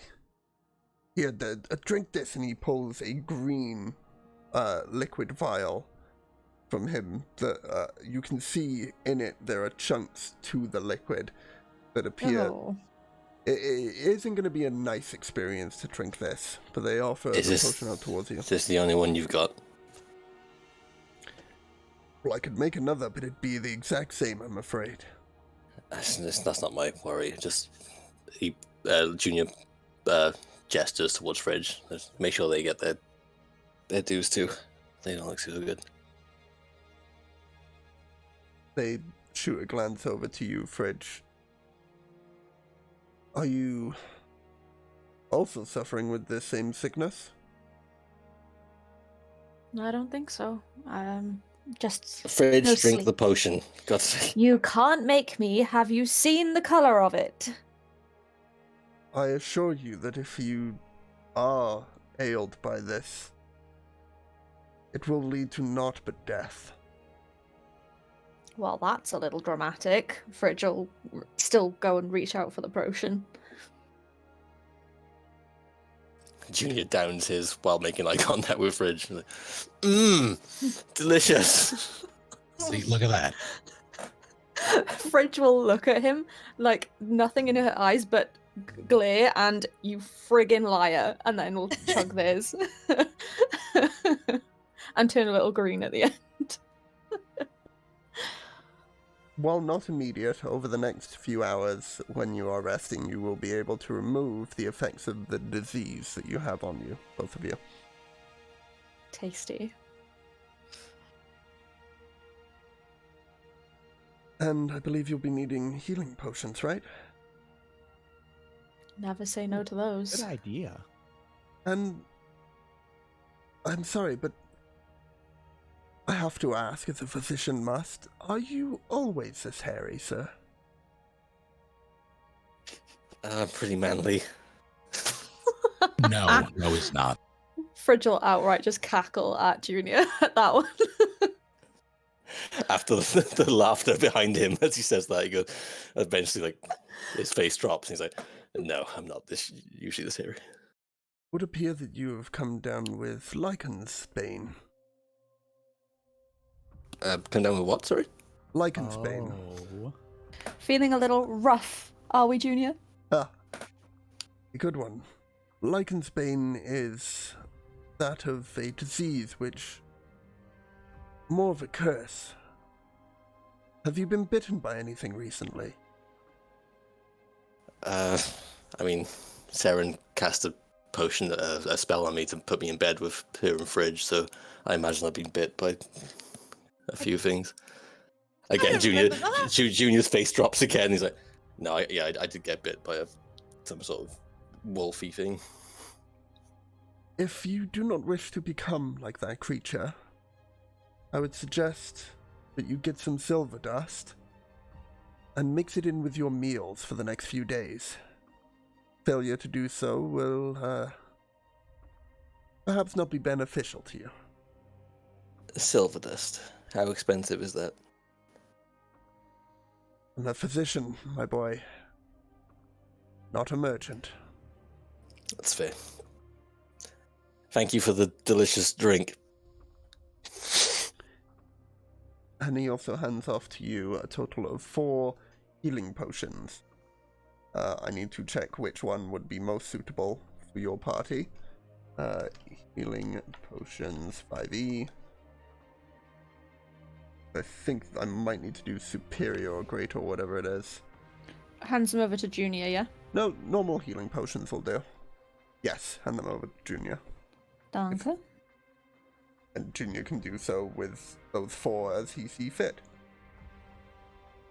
Right, the physician has seen to you. I suggest you all get some rest and await your challenge once you awaken. For now, this court is adjourned, and us lords have much work to do.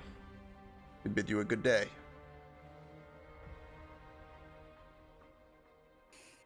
Yeah, see you in about 12 hours. I don't know. Get some sleep, Owen. Oh dear, back to bed again. So, Say back to. oh, sorry, go on. Oh, you didn't sleep? No, I was up researching the lore of your great city here, figuring out exactly what we needed to do to help. So where were you? Ooh. Mighty good of you. Well, I was in my home. In bed, of course. Yeah, fair enough. Yeah, I already had to take a citizenship test for the lore of the city, so. But good on you for learning most of it in a day, I suppose. That's probably why you look so tired. Fridge is going to slide a glance at Owen just to see if they need to intervene in case Sylvie is about to get punched in the face. He looks annoyed, but he also looks defeated and exhausted. So there's this fraction of a moment where Owen looks as if he's going to step closer, and then he just exhales and turns and starts heading back. Right, everyone. Well, Fair. remember to bring your very best spells for tomorrow.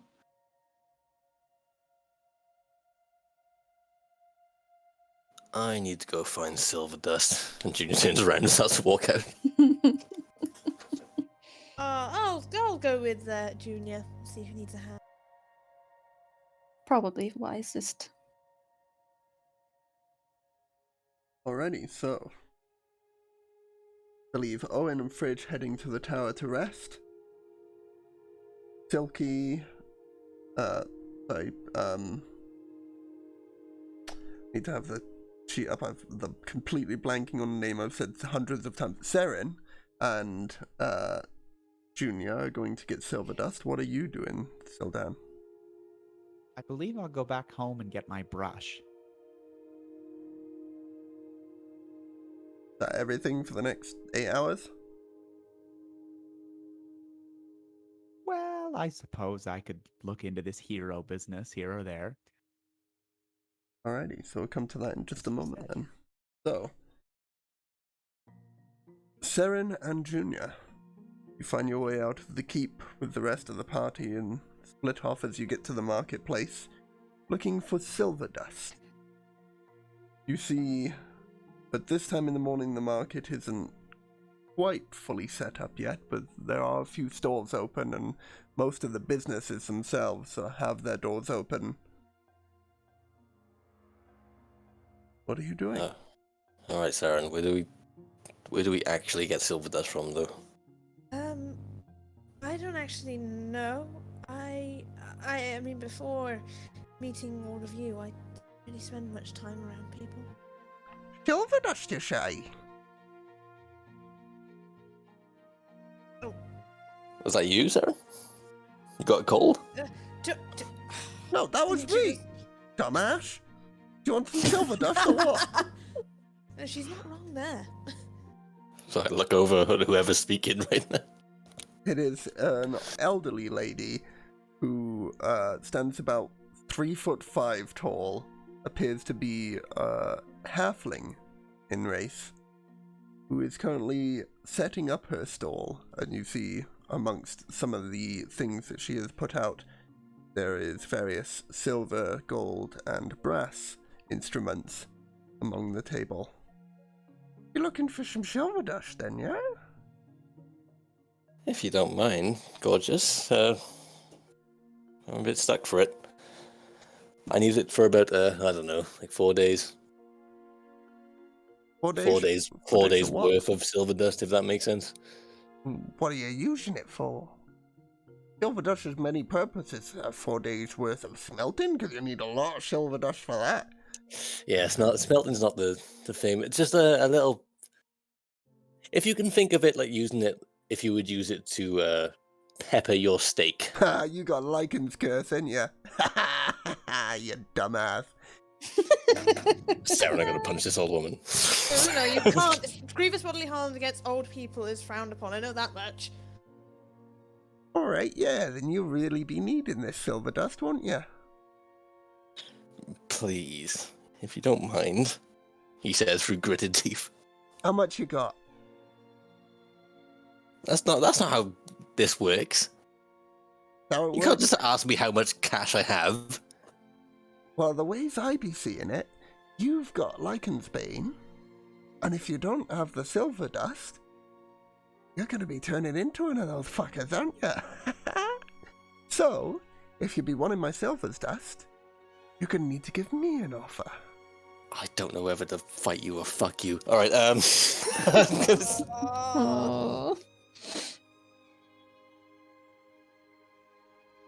I need about gold, 4 thank days. you. How much? That's for you to tell me. Oh. She turns towards Seren at this point. He's not a smart one, is he? He's not. We try our best, but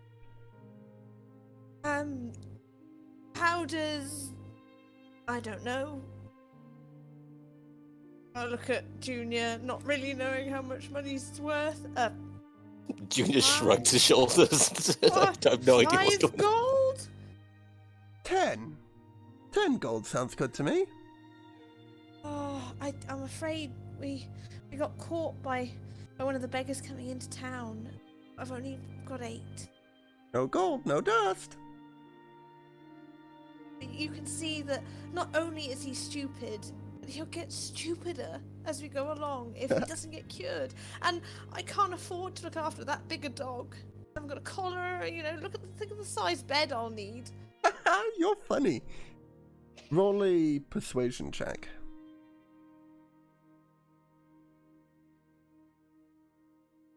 Why do I bring Saren with me for this shit? 6. Whoops. Well, if you'd be looking for dog food, I'd recommend the butcher's. Now, I have 4 gold. Saren, if you can sub me the cash, I kind of need this so I don't chew your face off. Yes. Violent as well, isn't he? I mean, he is the greatest swordsman that ever lived. Sorry. Stop laughing. Alright, Junior puts down 4 gold on the table. There you go. And I'll dig in and find like 5 gold. Oh, looks like we have 9 altogether. Could you do 9?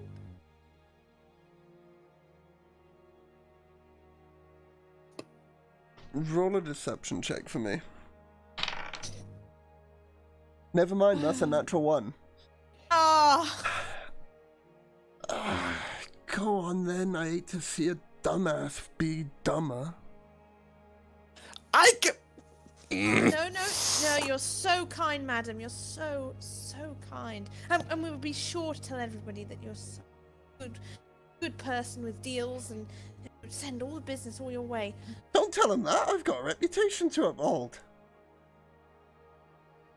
What sort of reputation is... I don't want to know. I'm not kind, love. Anyway, if you're quite well done, you've got your silver, I've got my gold. How about you get on your way? Thank you. Come, Junior, come on. Well, I take the bag of silver dust, I suppose. Come here, boy. Come here. Saren! She chuckles. So, with that out of the way, and you guys heading back towards the tower, Silky.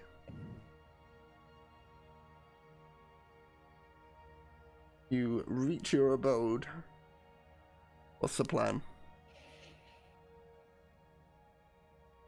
First things first, I'll go in there, get my brush, spend a good amount of time brushing my hair. They were in such a rush this morning, I didn't get to do that. At some point after the cheese is finished, I suppose I will take some time and research the hero's quest. Are you Sounded doing like- this at yours or at the Blackstaff Tower?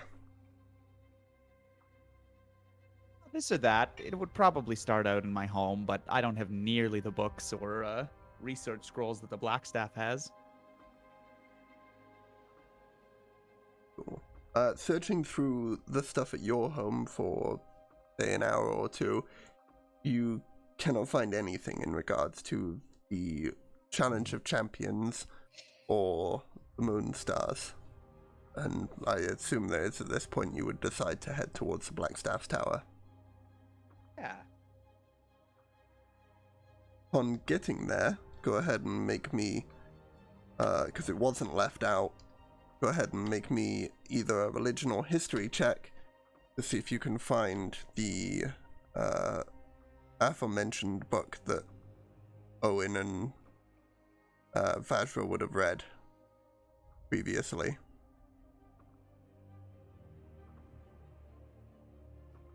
Okay. You said history or what? Religion. It doesn't really matter. You do indeed, quite swiftly, having a lot of knowledge and time spent within here, perhaps more time spent studying than Vajra has of late. You manage to quickly pinpoint and find the book that wasn't where that was placed before. Pull it out and begin reading over. And you study similar knowledge to what I mentioned at the start of the stream. of the individuals, Eldras, Jumbe, Reldrak, and Sulfu, and the artifacts attached to them, which, reading into it a bit more than last night had, as they were a bit more looking for the start of it than all the detail, which you have a bit more time to do, as sleep isn't the pressing matter for you. Eldras appears to have a belt that allows them to split into multiples of themselves and then switch positions with those multiples at any point. And it would appear that the fakes of themselves do not take damage, whereas the original would. But again, they can swap at any moment as a bonus action with the with one of its two clones that it would make. Sulfu has Useful. a gauntlet that they would use that allows them to, as a bonus action, grapple a creature up to 30 feet away. Or basically do a grapple action as a bonus action to a creature up to 30 feet away, which is just like a strength contest. Imagine force gripping. This, by the way, feel pretty fancy about saying this. My mum came up with this magic item. Oh. Aww. So, Smart pretty cool. lady. She sure is. She also wanted a fairy in the adventure at some point, so I've got to do that for her. Searching into Reldrak managed to hone in and create a item, but it doesn't say specifically what, that will allow a person to shapeshift, much like that of a druid, but without needing the training of a druid. And Jumbe has created a small stone that can charge up energy throughout the day and unleash it in a blast of thunder that can petrify creatures around it on failed dex saving throws. Interesting. So, with that all out of the way, you have all fast forward and managed to complete a long rest, unless there's anything else anyone wants to do. Does that mean my health goes back up to as it should be? Yes, as does yours, Junior. Ooh. Good shit.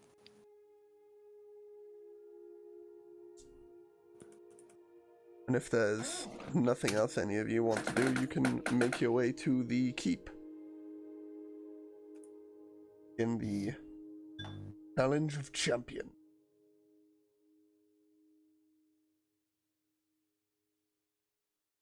Well, Would we be able to recover our level of exhaustion or no? yes, in resting, that would recover your exhaustion points and everything.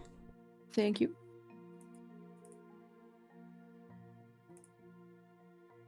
So, unless otherwise stopped while I'm saying this sentence, you all make your way towards the keep once more. The guards out front have been instructed to invite you in, and one of them follows you and leads you through the keep in towards an eastern side of that main chamber. They lead you towards a set of stairs that leads down to a iron plated. Interrupt real quick, just to be real.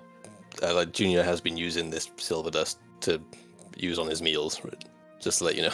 Cool. I'll assume, unless stated otherwise by you, that you will continue to do that. Cool. Right, just letting. Cool. And it is indeed silver dust, because you didn't check, but you weren't swindled, luckily. Well, you were This for the time price. round. You were absolutely swindled for the price. But supply and demand, eh?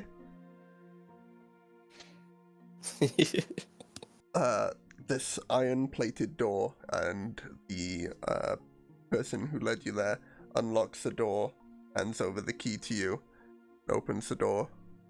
Best of luck down there.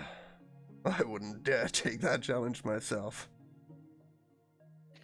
Good thing you aren't then, isn't it? Sure is. And they just leave you your situation. Wait, can you give us some tip? Oh, never mind. He's already gone. Okay. You just hear Fridge mutter asshole under her breath. Their breath.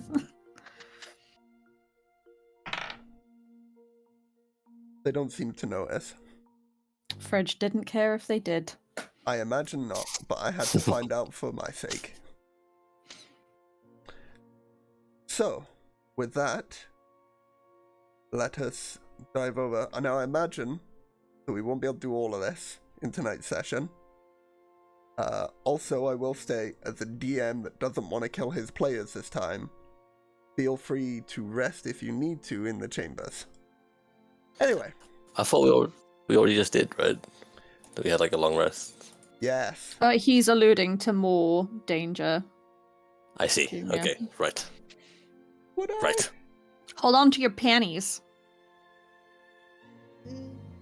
And as you make your way down the first set of stairs, you see, curving round to the left and towards a chamber here, the music that seems to emanate your adventure shifts from that into a more uneasy feeling one as you make your way down into this cold, damp crypt beneath the Castle of Waterdeep. What are you all doing? Just Well, to check, first- what's the Falcon token doing? What's that? Apologies, that token is not meant to be there. What I use for testing purposes when I'm doing the lighting and stuff. So one thing that I forgot to mention. Go ahead. Gus is no longer here. What? Why?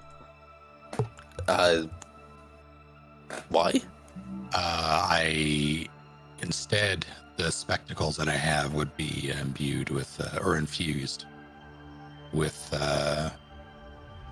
what are they?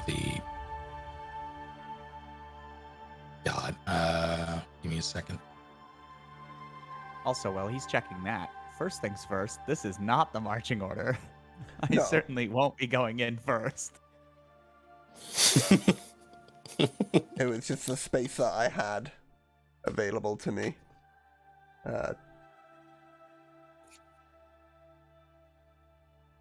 I just sort of put you all in as a whole.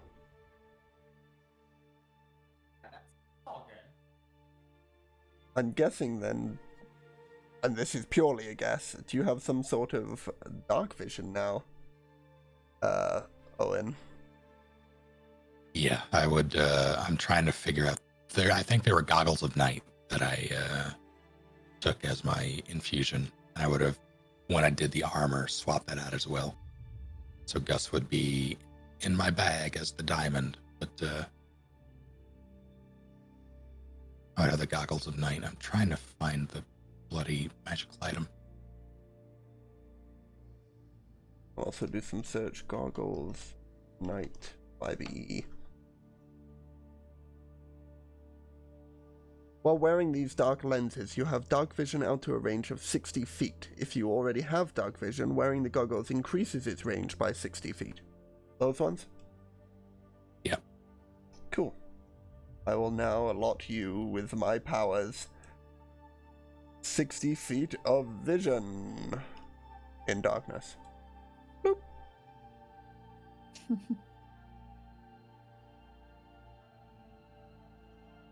You should now note that you can see farther. I can indeed. Ask him why he's taking so long getting milk. Haha, didn't. The joke is my dad never cared. Oh, dog. Oh. Just like down here in the crypt where we are. Oh, shut up. So what are you all doing? If it's this pitch black, Junior's going to put his hand on whoever's next to him, shoulder. Like, well, I've done this before, so I guess I'll go scout ahead. Keep me up. So whoever he's got hold of, I don't know who's next to him. Well, that would depend on the marching order, wouldn't it? Who's where? Assumably Fridge, I suppose, at this point. Fridge can't see the dark either. It would appear that your tokens image didn't update. Let me fix that. Thank you. There you go. Is Junior's just about to use his his fiend stuff to Excuse me. his fiend stuff? His familiar stuff so that he can go in and look for the pub size. Fiend stuff. It's Fiend stuff. established now. Owen would be at the front as well. Feel free.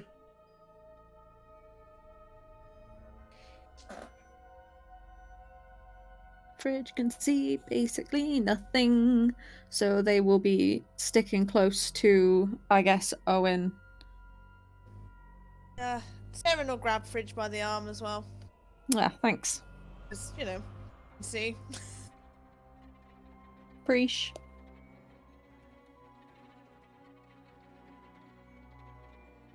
Feel Well, free to walk through. Stay near the back. Like I said, the fucking door's still open. Okay, yeah, never mind. Sorry, that was my chair, not the door. Are Did you hear that sure? creak? Can you hear it? Not perfect. Oh, Jesus. Oh, on, let's go. Sorry.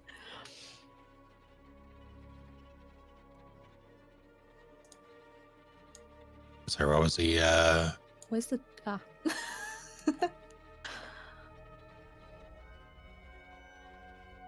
Before, DM Almighty, before we enter this room here, can I see anything? Are there any, weird objects or whatever in there? As you were about to enter the room, I was going to describe it, but as you so thankfully asked me, I will say that in front of you see a small rectangular room with overly carved corners to each of the 4 points of the room. The room is mostly barren. Aside from just off to the side, there is a small little campfire all set up but not currently lit. The door in front of you appears to be similar to the one you initially came in through.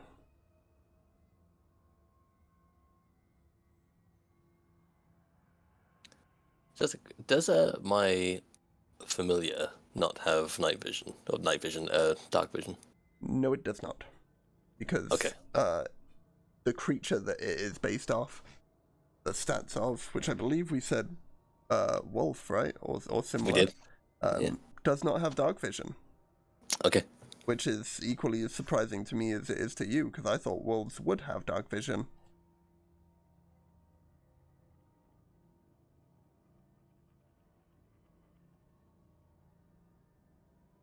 But it does have keen hearing and smell, mind you, so it has advantage on wisdom perception checks that rely on hearing or smell. Oh, good for my pup, because Junior doesn't. I've also lost my Junior icon, by the way. That's probably because you've clicked on the pup, right? If you click off or click and drag off, you'll be able to see okay. both your tokens.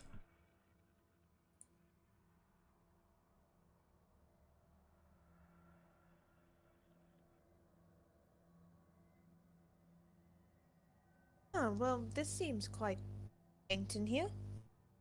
Really what I expected. this is just the lobby, I'm sure. Here we go again.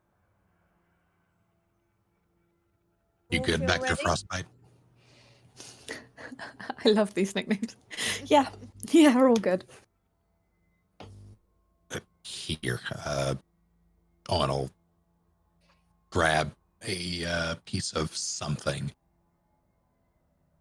Not a coin this time, but something from it, rip off a piece of a ration and imbue it with 5-foot light. Just the one? Well, Junior also needs one, right? Yeah, I'll do one for Junior as well. Cool. So I will imbue them with an additional 5-foot vision, thanks to the rations. As long as they don't eat them. Thanks for the glowing jerky. Hey, I mean, if you get hungry, you'll look past Act Junior. Junior's eyes are rolled into the back of his head, right? Holding onto Saren's shoulders. He's very much in the pup's eyes right now. Is he good? Fridge will just like use their foot to punt his foot and see if there's any reaction. I don't think there is any, right? No, you Junior can still doesn't feel anything. Oh, okay. So you You just okay. can't hear or see. Junior, you good? Punt, punt. And you'd be able to hear via the dog. I guess Junior comes out of it. Like, yeah, I'm good. Why? You, never mind. Yeah, I ain't touching that one either. I was scouting. Hang on.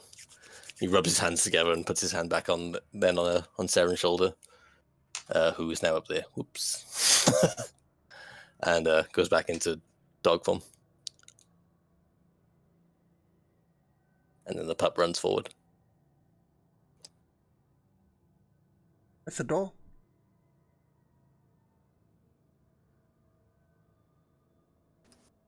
So that thing does have its uses. Bait. So is he controlling that? Judging by the and Fridge will wave their hands in front of the blank, Junior's blank face, that I'm gonna say yes. Huh. Junior comes out of it. Alright, it's just a blank room. Door ahead. You watch as a shudder goes through Fridge. That eye thing, I'm not feeling it. Oh, you sure it's not sexy? I think it's like sexy, right? If No. you're into dead things, maybe. Based off all of your actions, then no. Where's the elf gone? The creepy one. Owen will crane his head back and look past. But it's Please still move been. me up. My monitor has died. Oh, Okay. It has flashed off. I'm trying to fix it. Please move me forward. I have done so. I will do my Thank you. best to I'm describe definitely the behind situation for you. everyone. Yeah, you are. Still currently in the main lobby to describe for the blind man. And no, not Right. Junior. Alright, this way, folks. Junior says and starts walking towards the door.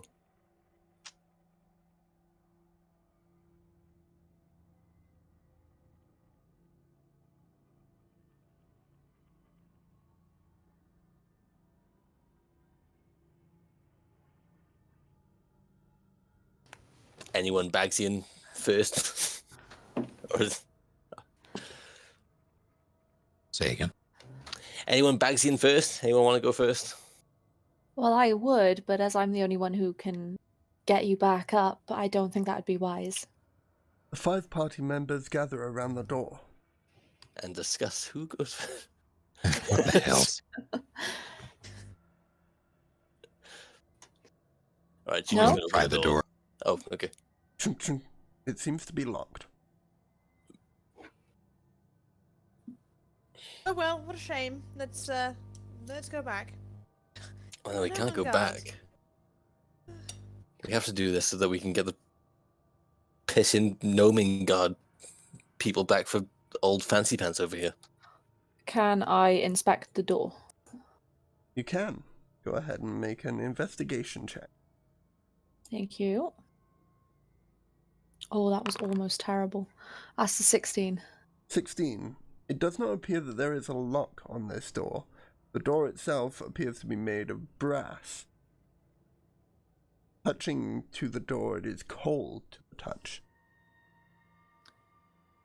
Fridge is going to squint their eyes at the door and say, "Can we come in, please?"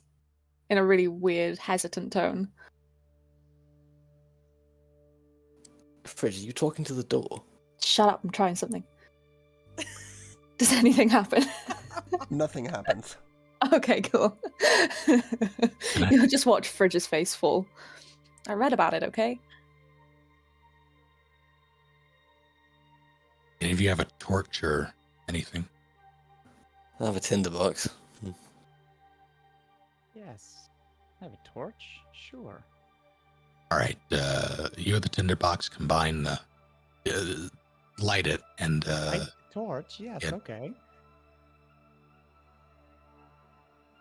While they're doing that, can Fridge knock on the door? Go. Is there a response? Dum, dum, dum. It seems to echo throughout the halls behind the chamber and the one you're in. There is no response.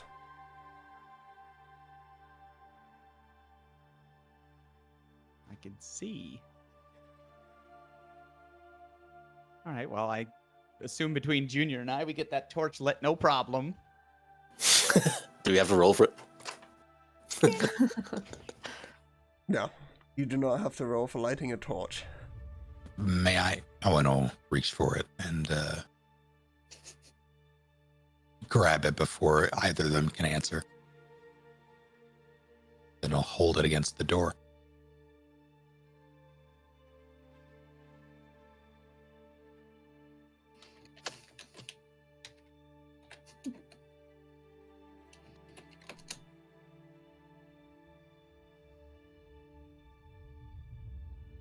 Are you trying to burn the door down? Was a hunch. Nothing seems to happen. That's all I got at the moment. Owen will spin around and look around the room. Well, you, swordsman, can you not just break the door down? Oh, I could give it a go. Junior sets himself up to about to kick the lock mechanism. That's whatever's on this door. I am not wasting a spell when you break your foot. That's what I'm worried about. But in for a penny and all that, and then whack, and kicks the door. Roll me a strength check.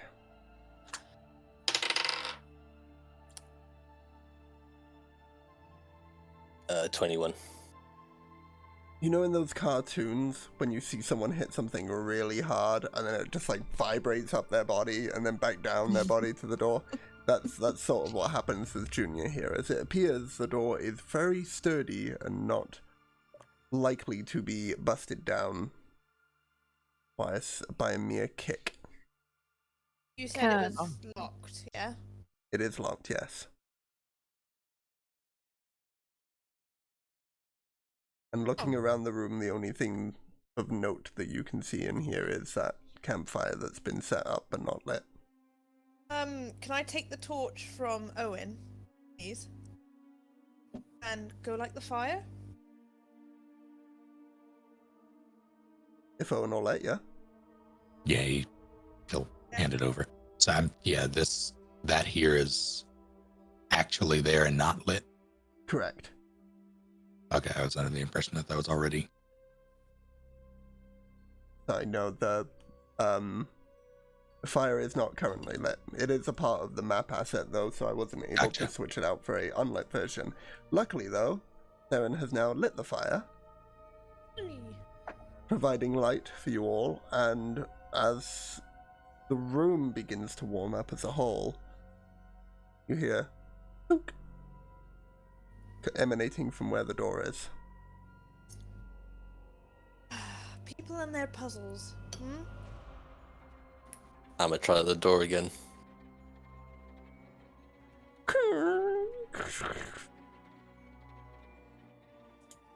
Looking through the door, on the other side immediately in front of you, so this way here.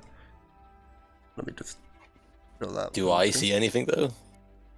Or is it just black? Just black for you.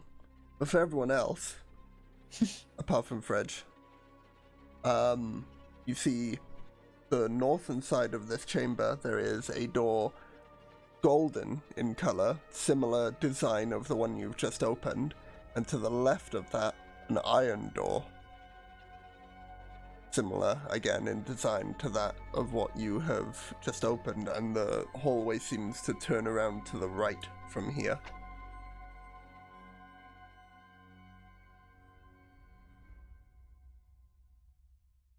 Well,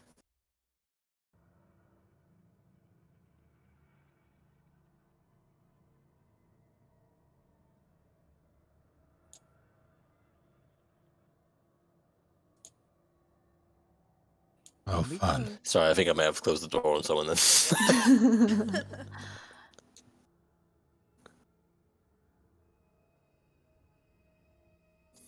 Owen, as you're the first to pass around the corner, you see in front of you this wide or widening in the hallway in front of you that leads to a room.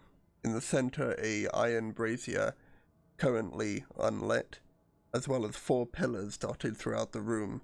And barely just at the tip of your viewpoint there, you can see a couple of these, I guess crypts is what they'd be called, right? Stone crypts, or coffins, whatever the name for them is, eludes me. But they sit on the far side of the room ahead of you. You can just about see a similar brass door to the north of the room on this section here. And just in front of you here appears to be a statue of a figure.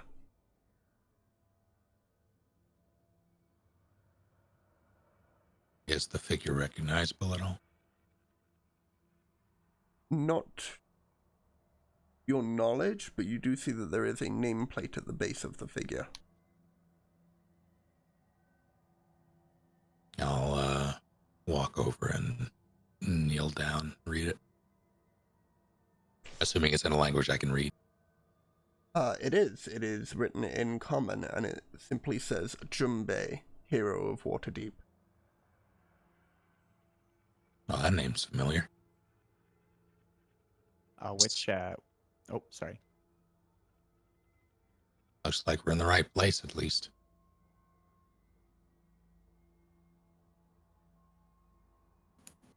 Junior's putting his ear up against this wall, this door, sorry, Go ahead and and then roll looks over. Oh, okay. roll a perception for your ear against the door.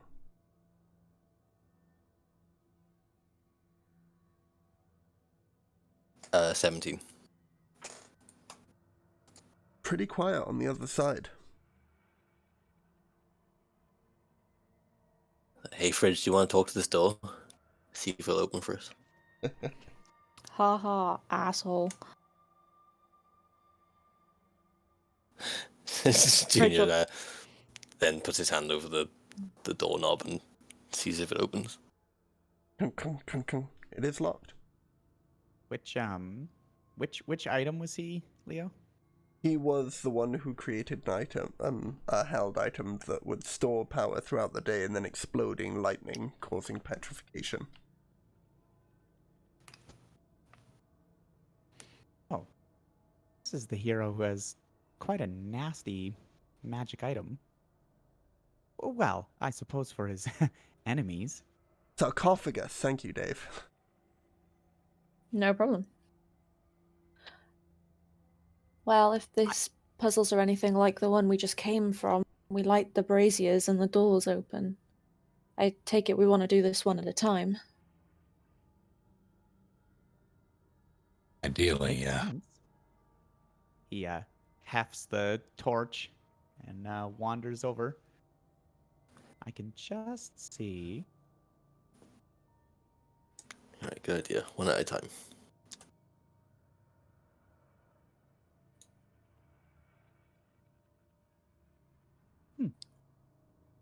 Bets on which of the 4 doors this will open.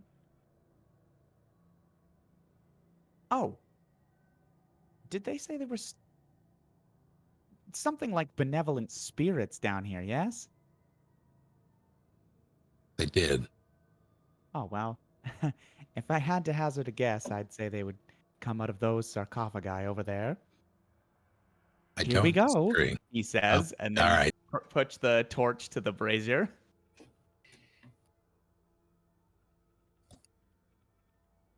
As you lower the torch into this iron brazier, the flame of the torch catches to the material on the inside. But the color of flame catches you by surprise for a moment, for it isn't a similar flame to that of the torch, but the room fills with this eerie blue and purple glow. As this happens, the DM will click the right buttons, and Junior, from the statue right beside where you are currently stood, forms out an apparition of similar shape and size. As it lunges out towards you, it is going to make its surprise attack of a maddening touch on you, which is definitely the wrong stats and should not be rolling a 34. It has rolled absolutely wrong. Let me fix that in its stats right there and re-roll that. That is a 15 to hit you. It doesn't. And with that, I need everyone to roll initiative. Oh, no.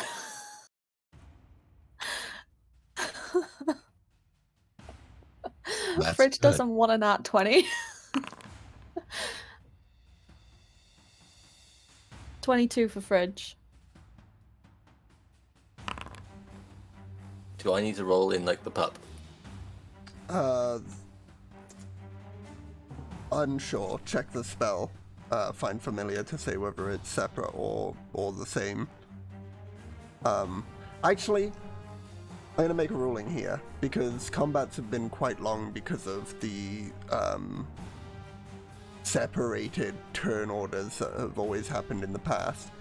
I think, as long as agreeable by the party here, in future we should have any familiars of the person have the same initiative as the person. Yeah, I'm down. That makes sense. No objections.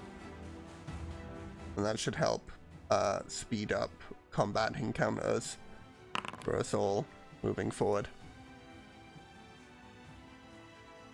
So, 25 to 20. 22. 22, damn, Fridge. That's great. 22. Any other 25 to 22? Sorry, 25 to 20.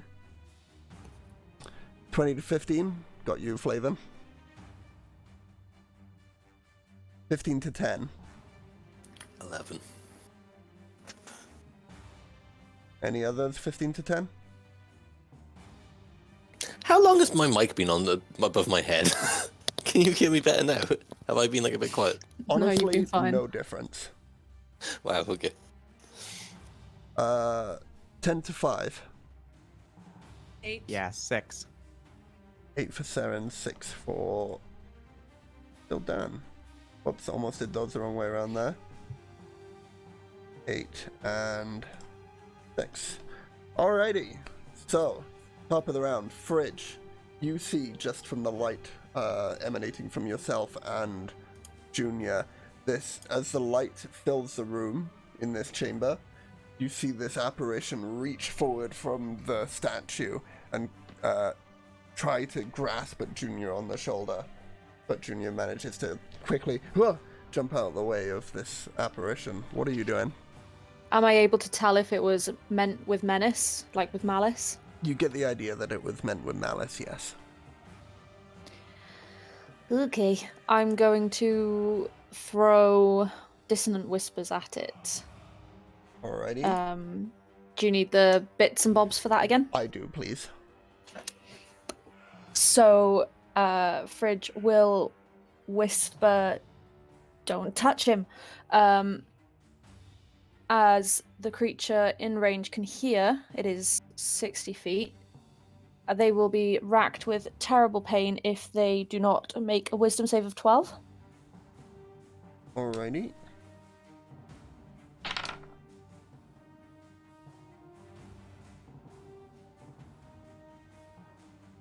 $18.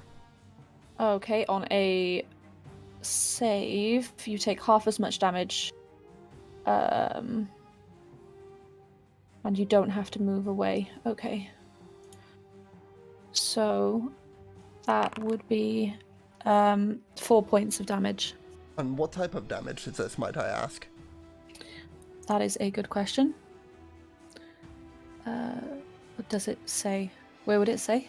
Psychic damage. Psychic. Mm-hmm. Thank you very much. All good. So you shout off towards this creature, and you see it visibly get pained by the words, but does not appear to be running as you're used to when you cast this spell. Anything else for your turn? Not for now. Thank you. Flavin.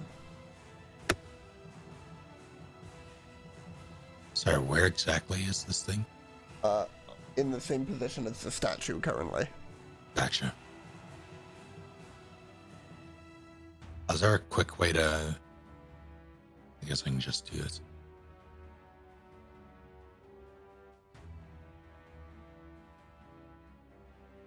I'll move there. I'll push past Junior. Actually, I'll even go there. And I will take a swing at this thing with my Thunder Gauntlets. Part of my new as I move, I initiate the armor. So it's much bulkier, much more angular. Still as shiny. And as it fully forms, as I step into position, I throw a punch. Alrighty, is there any specialness to that? Oh, Well, if I hit. Okay. Go ahead and roll the attack then, I guess.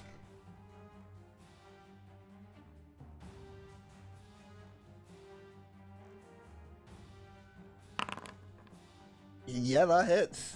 Critically.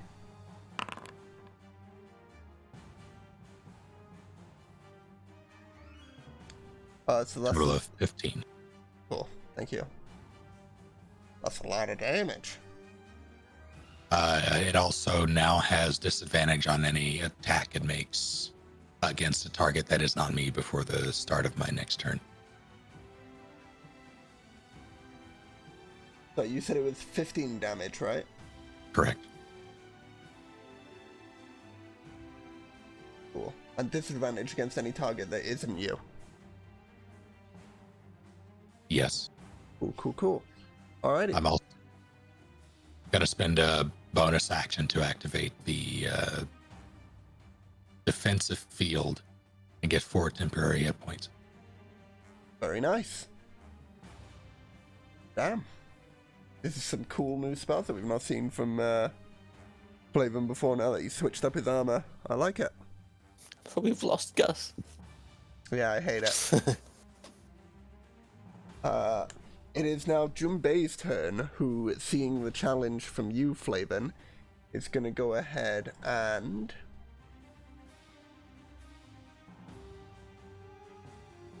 use its action to do Whispers of Madness towards you. It turns towards you, Flavin, and in a hushed tone says, "So, you wish to be a champion, yet you can't even save your own friend? I need you to make a wisdom saving throw for me, please."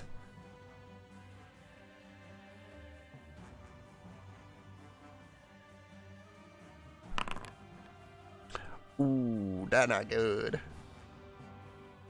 Agreed.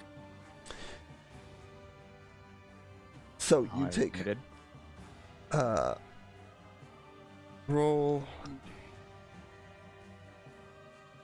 You take 9 points of psychic damage, and you must use your reaction to attack creature of Junpei's choice that you can see, and that Junpei can see. However, you have only melee currently, correct? Yes.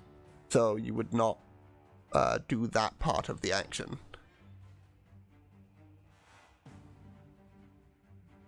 I say? You said 9 points? 9 points of psychic damage, yes.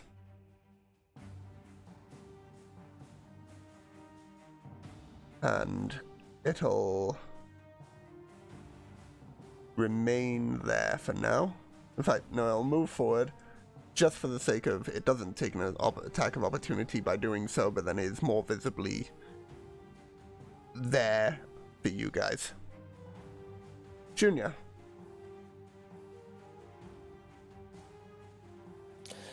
Cool. So I've just been grabbed on the shoulder and got out of it by being all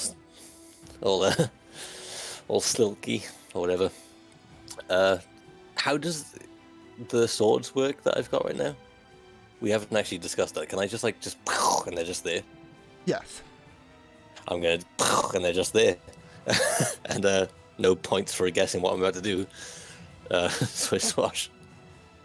Very nice. Roll for swish and swash.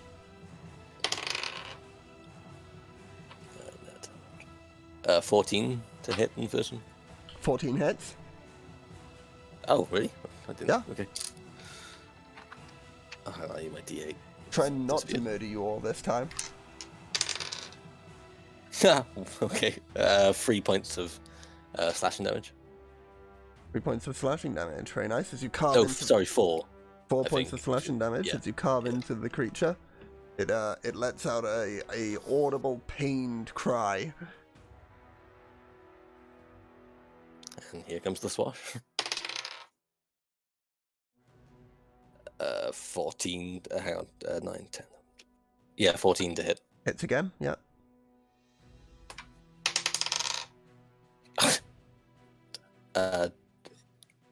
11 points of piercing damage. 11 points of piercing. All right. Okay. Yeah. Good stuff. Good stuff. And I suppose the pup goes again, but the pup does nothing because it can't do anything. It's just baring its teeth and barking, just being a general pup. Alrighty. Seren, you're up next then. Okay, first things first. I'm the realist. Just so I can see what I'm doing. And first things first, bonus action Huntsman's Mark, please. Wunderbar. And an effect. And we'll use that one.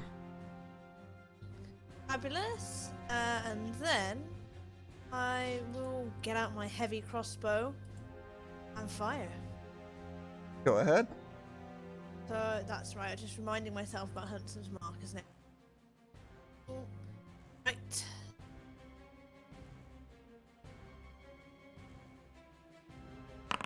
Oh, that's a 12.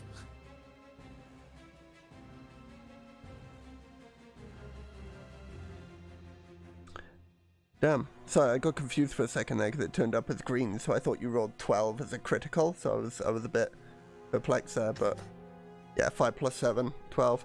Misses, I'm afraid. Ah, damn. And that'll end her a go. She'll just start reloading the next arrow. Alrighty, bonus action to reload. And all is good. Silky.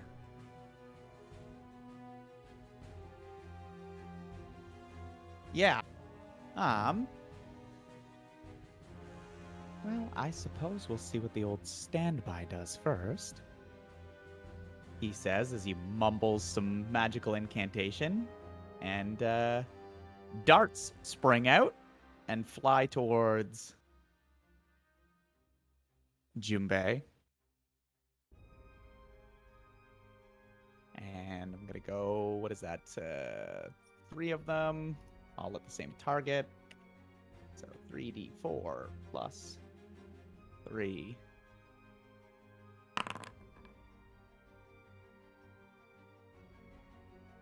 10 points of Force damage. damage.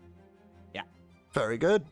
Nice. It definitely hits the creature, and the creature is looking quite pained at this point. In its Oh, apparitional good. form. Well, let's keep going with that.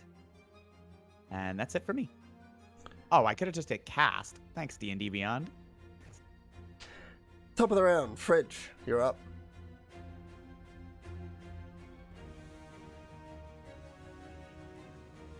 And muted. Thank you. Fridge will cast Bardic Inspiration on Seren. Saying something that is inspiring, that is not coming to Fridge's mind as they grapple with the shadow before them. Very well. Something inspiring. Yeah. That means that you have a d6 to one ability check, attack roll, or saving throw. It can be added after seeing the roll, but not before knowing the outcome. Oh, thank you. No problem. Then they will step forward and try to just swing their longsword at it. Go ahead. Oh, here we go. Never mind, 4. Misses, I'm afraid. Yeah, no, that's fair. Anything else for your turn? No, I think that's everything. Owen. Oh, Fridge, I need to give you some lessons on these, on these swords. Shut up! Rich will say, just frantically swinging in the hopes of hitting it. Second verse, same as the first. Thunder Gauntlets. I like it. That hits, and 8 points of damage. Thunder type. Very nice. Math. I really wish I was better at math.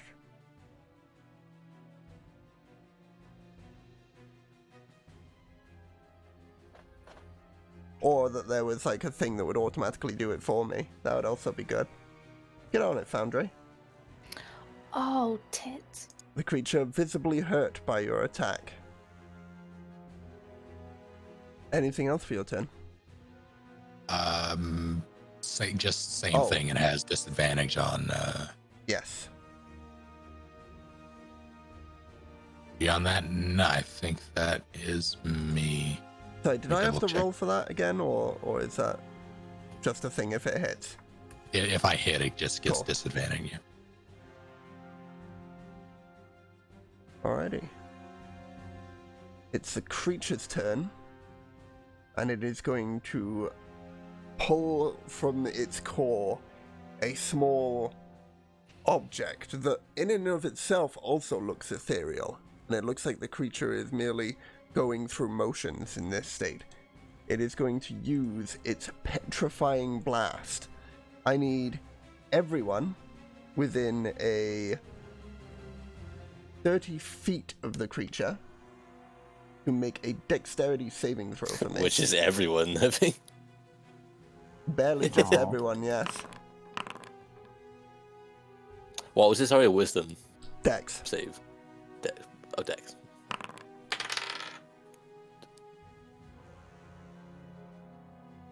It's 14 for me.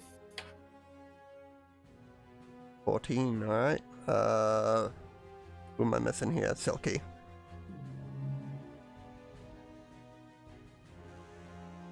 Yeah, sorry.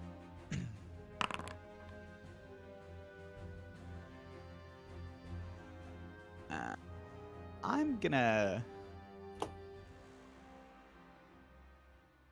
fuck it. So, Silky and Owen both take 17 points of lightning damage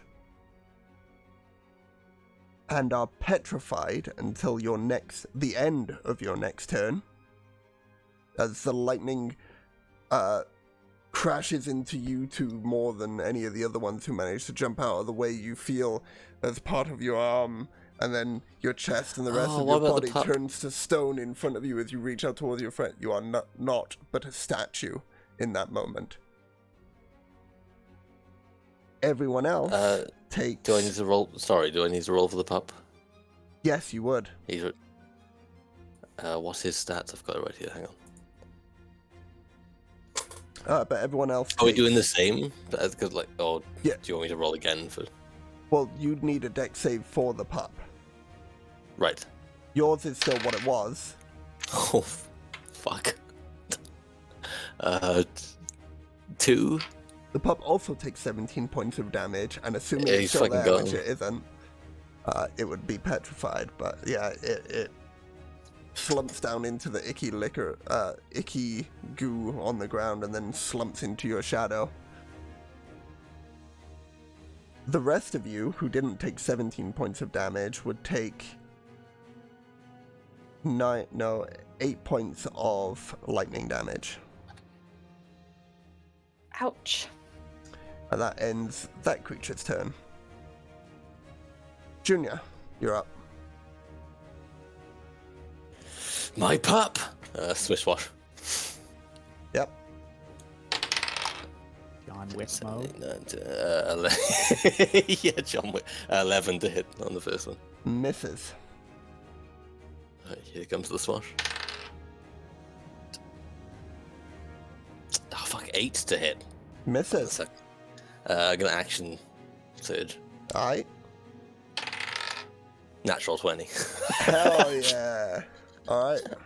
Roll that crit damage. Oh, I've lost my D8. Right. I can't remember. I ask this every time, but like, how are we doing crits on this? Am I just doubling the dice? That I don't have to roll it twice, right? I just double the dice that I got. You roll it twice. I roll it twice? Yeah. Okay. And you add both of them together, and then add your bonus. 6. Okay, right, okay. 16 points of piercing damage. That's with your bonus as well. That's with a bonus, yeah. Cool. 16 points of piercing damage on this creature, as I now have to do more math again. But that was an easy one. Easy bit of math. Cool. It is looking visibly hurt now. Quite low indeed, as the apparition mostly a smaller version of its form now at this point. Pup, dead. Seren, your turn. Okay. Same as before, but obviously not Hunter's Mark again. Yeah, just fire that that heavy crossbow. Go ahead. Okay. Remember, you've got bardic inspiration if you need it. That's Never a dirty mind. 20. Hell yeah. Go ahead and roll damage. 3. Why is it rolling? I don't know why it's rolled twice. But it was. Well, it rolled twice because it was rolling the crit damage, right? Yeah, every roll that you've done so far has been a crit with that thing, which is weird. I don't know why it's doing that. I rolled 3 damage before, plus 3 is 6, and then just 1d6 damage. Fuck. That's 5, so it's 11 points of piercing damage, please. 11 points of piercing. Very nice. And that's me for my turn. Thank you, except for arching another bolt. At this point, the creature is going to use its reaction to say, "Enough! You've proven yourself." Sildan.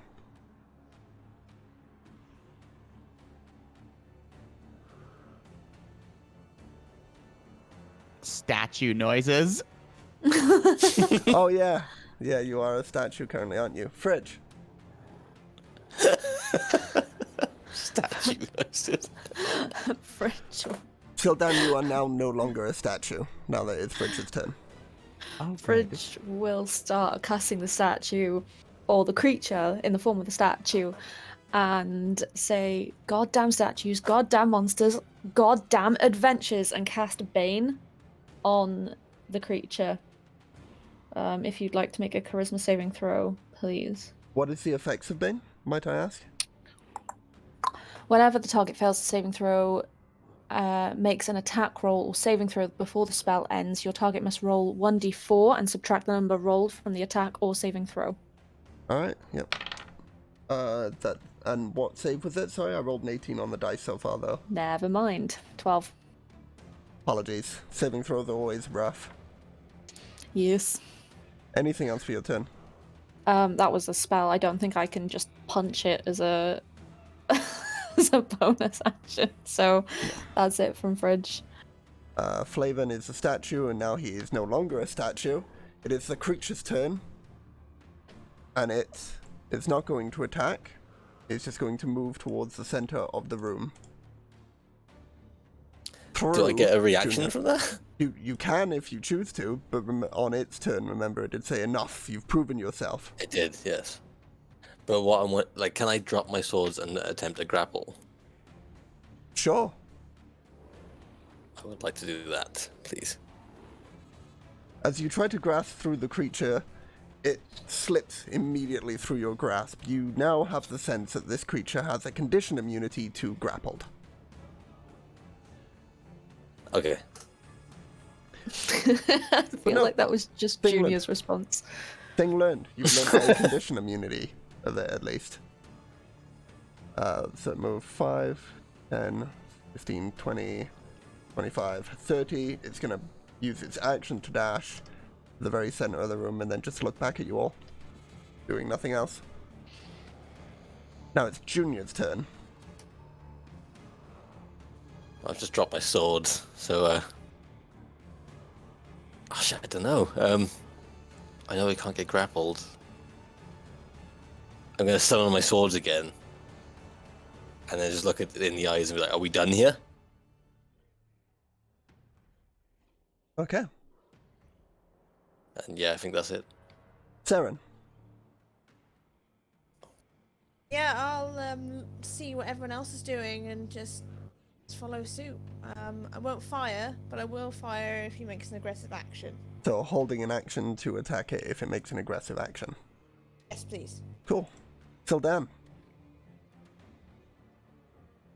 This thing is like sliding up next to me, yeah? It's like... It is currently floating next to you, but seems to be paying you no mind. I'm sorry. What is happening? Nothing else? He looks to his... Well, he's looking to the apparition and then to his companions. Do they seem to be hostile? Roll an insight check.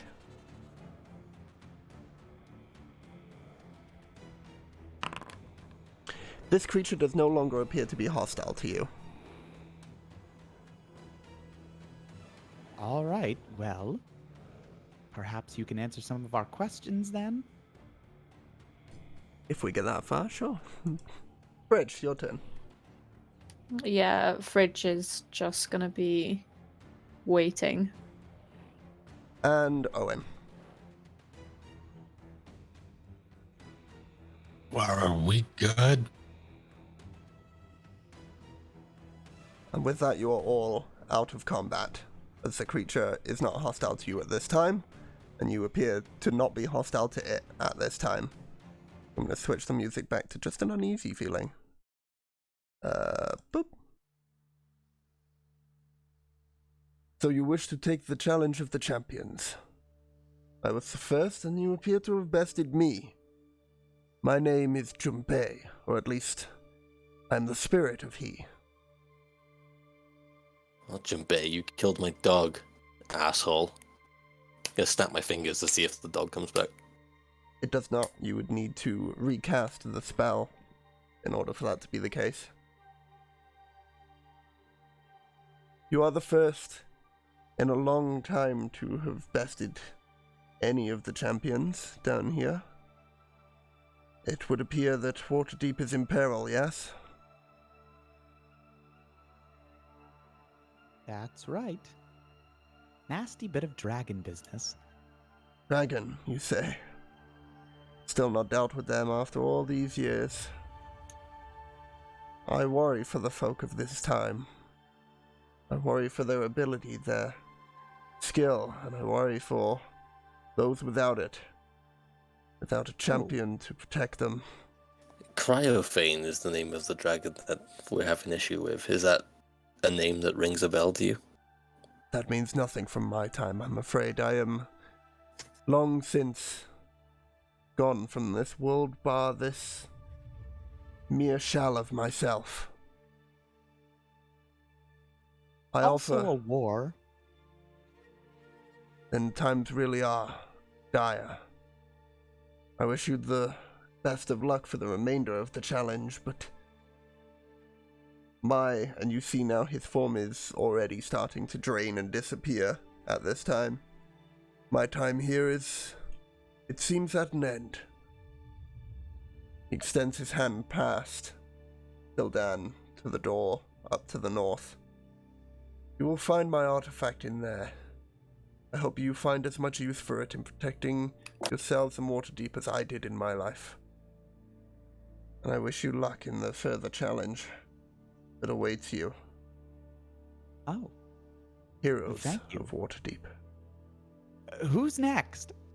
It's at that moment that the apparition fades into the flames of the brazier and you hear a clunk on one of the doors. So as you're stood next to it, Saren, you would hear there is the iron door that goes clunk. And the brass door also up here goes clunk. Oh. I mean, this one sounds like it's unlocked down here by me. To you This all. one here, too. Hey, Silky, how about you don't thank the entity that killed my dog? Oh, fair enough. I'm sorry. I appear to have been a tad statuesque when that happened. The apparition was a... what are you fond of saying? Asshole? That's a good one. He nods and moves towards the door. Yeah, but Junior's following him to go towards the door too. Both of you roll dexterity checks to see who opens it first. It's me! 14. I do not play such childish games and step aside as Junior scrabbles for the door. I bet he feels rather foolish now, doesn't he? I wasn't trying to go for the door, I was just following him. DM set But that yes, he- situation up. It's all his fault. We should direct our ire that way. I feel Owen nothing but very- joy. Sorry, go ahead. Owen, very quietly to himself, says, "Ouch, be gone." And ouch is gone. Opening the brass door in front of you, you see a similar brass chest in this room with not much else, really, of decoration. It appears that these chambers were built more purpose than decoration down here. Well, I don't know about you, Silky, but I don't trust the chest. Oh, all right. I suppose I'll do it then. He walks in and opens the chest. Opening I'm the gonna chest, be behind Silky and being like within arm's length of being able to like drag him back should if I it's need to. not a mimic, I'm gonna be mad. Opening the chest, you see inside, upon a small cushion, a small white dodecahedron shape laid inside the chest and nothing else. Excellent. He picks it up. Cool. Feel free to add the dodecahedron to your inventoire. Okay. He like shuffles it into one of his various robe pockets. You're not feeling funny? No itchy tasty. Oh no, I'm quite sure that was the dodecahedron of petrification power or whatever such thing that he called it. It was Junbei's artifact. We can go ahead now. He spins on his heel and exits the door. Thanks for having my proverbial back there, Junior.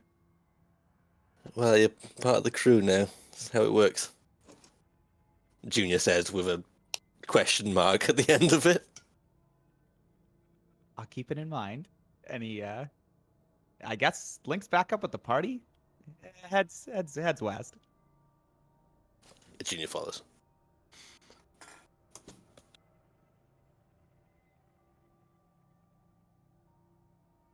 Alrighty.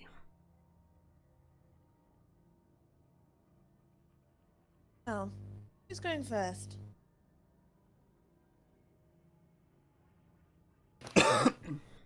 I can go if you like. Fridge, don't you fucking dare. Oh, now you speak up.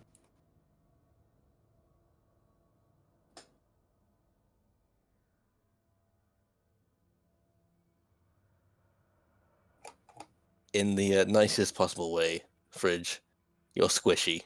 How about someone else goes first?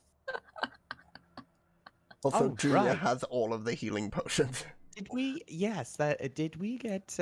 You were handed a number of healing potions, were you not? I was. What, are people in need of them? Yes. I should like to swig one, please.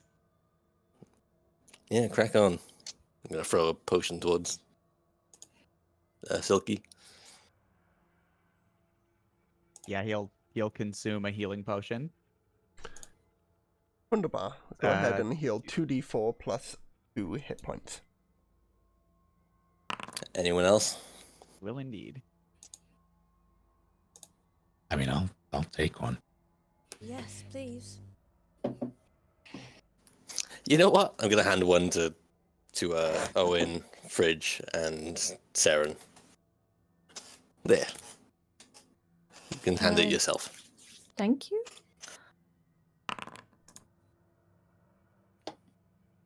Throwing him down his immediately.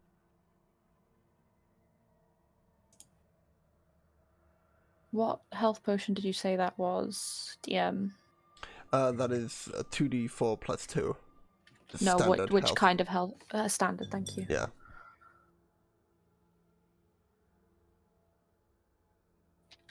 Well, should we go through then? Which one are we going through? Which one opened? The one just down here. The iron one, 7 points towards. All right. Junior puts his hand over the doorknob. It's like, on free? And looks back at everyone else. Sure. Agree. Whatever number you like. 1, 2, 3. Door opens. Aside from Junior and Fridge, the rest of you see a hallway that extends down to a wooden door on the end. Just curving around from the left, you can see ever so slightly a silver-colored door, and the chamber also extends off to the right. It seems to widen up further. Sorry, quick clarification, because I'm holding a torch, so that should give some vision to Junior and Fridge. Is that right? Apologies, I did not know you were still holding the torch. That would indeed Yeah. add 60 feet of dim vision beyond you in a torch-like manner. Like so. So everyone sees what I just described. Thanks to torch.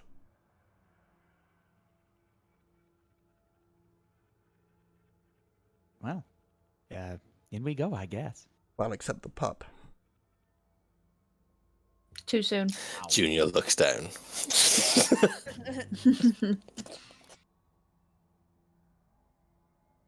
Fridge will follow Junior in.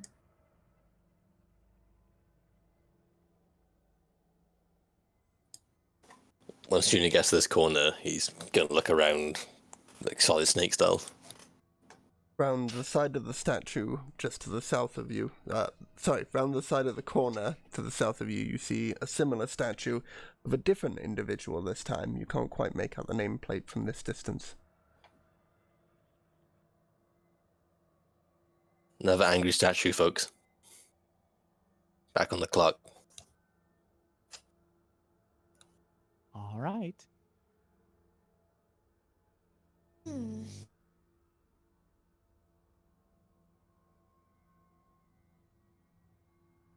Well, I'm just going to. What's with this creepy elf? He just walked right through. 1, 2. Oh. Ahem. There appears to be another statue up here. Oh. Well, don't get too close to that one if we're going to activate this one. Wait a second. Didn't the artifacts one where you could switch places with a duplicate? Oh, very good, Saren. Did you read that, Saren?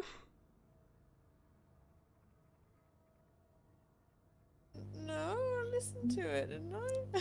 You listened to me describe it to Shay as he read it. But I don't think anyone has specifically said that before, so I don't think you would know. Oh. No, I didn't know then. I don't know why there's two. Okay, I know it's a bit meta, but I'm not gonna let a great player idea go to waste. So Whoops. Alright, we'll allow it then. Oh, there's two? Yeah, I'm not- no idea why. I'm not gonna shut down Robin there and just be like, Oh, oh yeah, God. that's fucking weird. You know, I seem to recall, and then what Robin just said. Yeah, there you go. Oh Cool. dear. Good idea. I'm so sorry. Lack of sleep plays havoc. I'm so sorry. Junior, that one would read Eldrass, Hero of Waterdeep.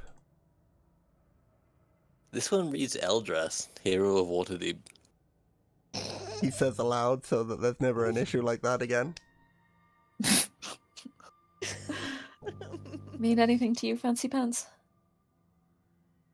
I mean, that was one of the names. What's the other one say?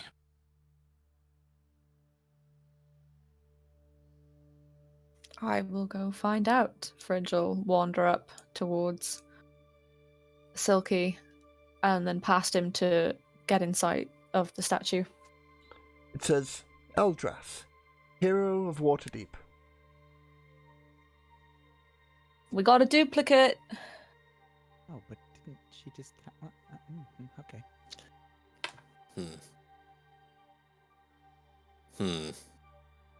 And a lot more sarcophagus than last time. Coffee I'm an asshole.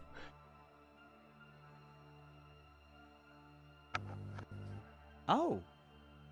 A third statue. What? Another one?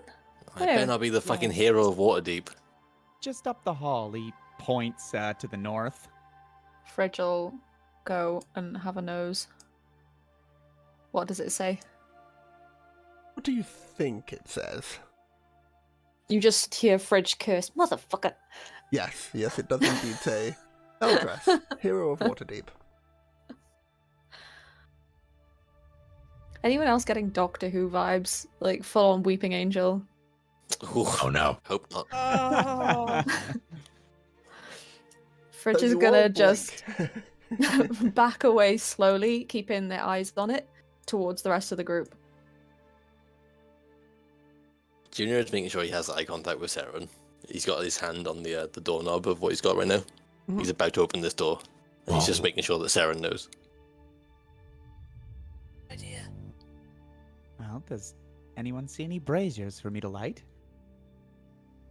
Kind of wishing you wouldn't. But no.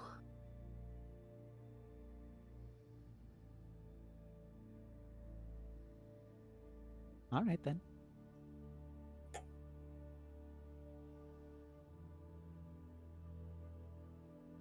Oh. There's one.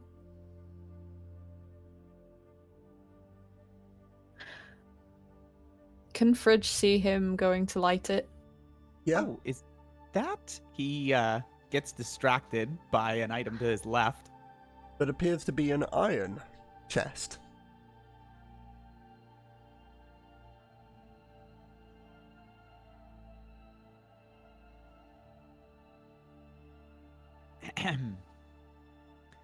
Oh, a group? A group? Sarah Great. Jr., there appears to be nothing in that room. Oh boy. Where? Nothing in that room. Okay. Correct. The party may have been able to hear soft calling, followed by a more guttural sound.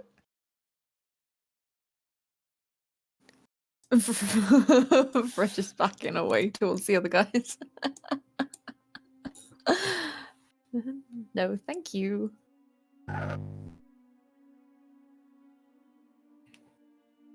What's up? Oh, well, yes, so there appears to be the activation brazier over yonder. And back behind here, another chest. Another chest. Oh, yes, well, after we defeated the other apparition, he pointed us towards a room with a chest with his artifact in it. Which we have now. Correct. Where the heck is that? In one of my various pockets, I'm sure. Owen will make like a gimme motion.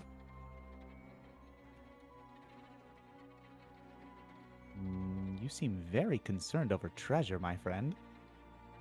It's supposed to be an artifact that we can use. If we can use it to fight here, then might be good to assess that now rather than later. I didn't sense any emanations, but he produces a dodecahedron from his pocket. Kind of like holds it up to the torchlight in front of him and Owen. This would be the petrification power, I suppose. Right, now, was I wrong? Junior comes around the corner. I'm quite but- taken by it. We have to give these back, right? We can't keep them. The Lord said that anything that we find, any items that we get, is theirs, right? Was I wrong on that? They're basically on loan. On loan. That's right. Okay. Either way, for right now, see if you can figure that thing out. All right. Are you gonna try the chest behind me while I do? He kind of steps aside. Sure. Owen, you want to watch my back as I do this? Yeah, I mean, be careful. We don't know what happens if we try one of those before actually dealing with the spirit. Going to very carefully open this crate. Yeah, and I'm hoping to do an Arcana check, I guess? Or whatever check. Let's start with the Arcana check. Okay. Ooh. Looking at this dodecahedron as is stands right now, and with your knowledge from the book that you read earlier, you understand that depressing one of these faces, and you search around for a moment and manage to push in one of them, when fully charged, would unleash a blast, affecting all creatures within a 30-foot range. Would have to make the similar dexterity saving throw on a failed save, would be petrified and take the full damage.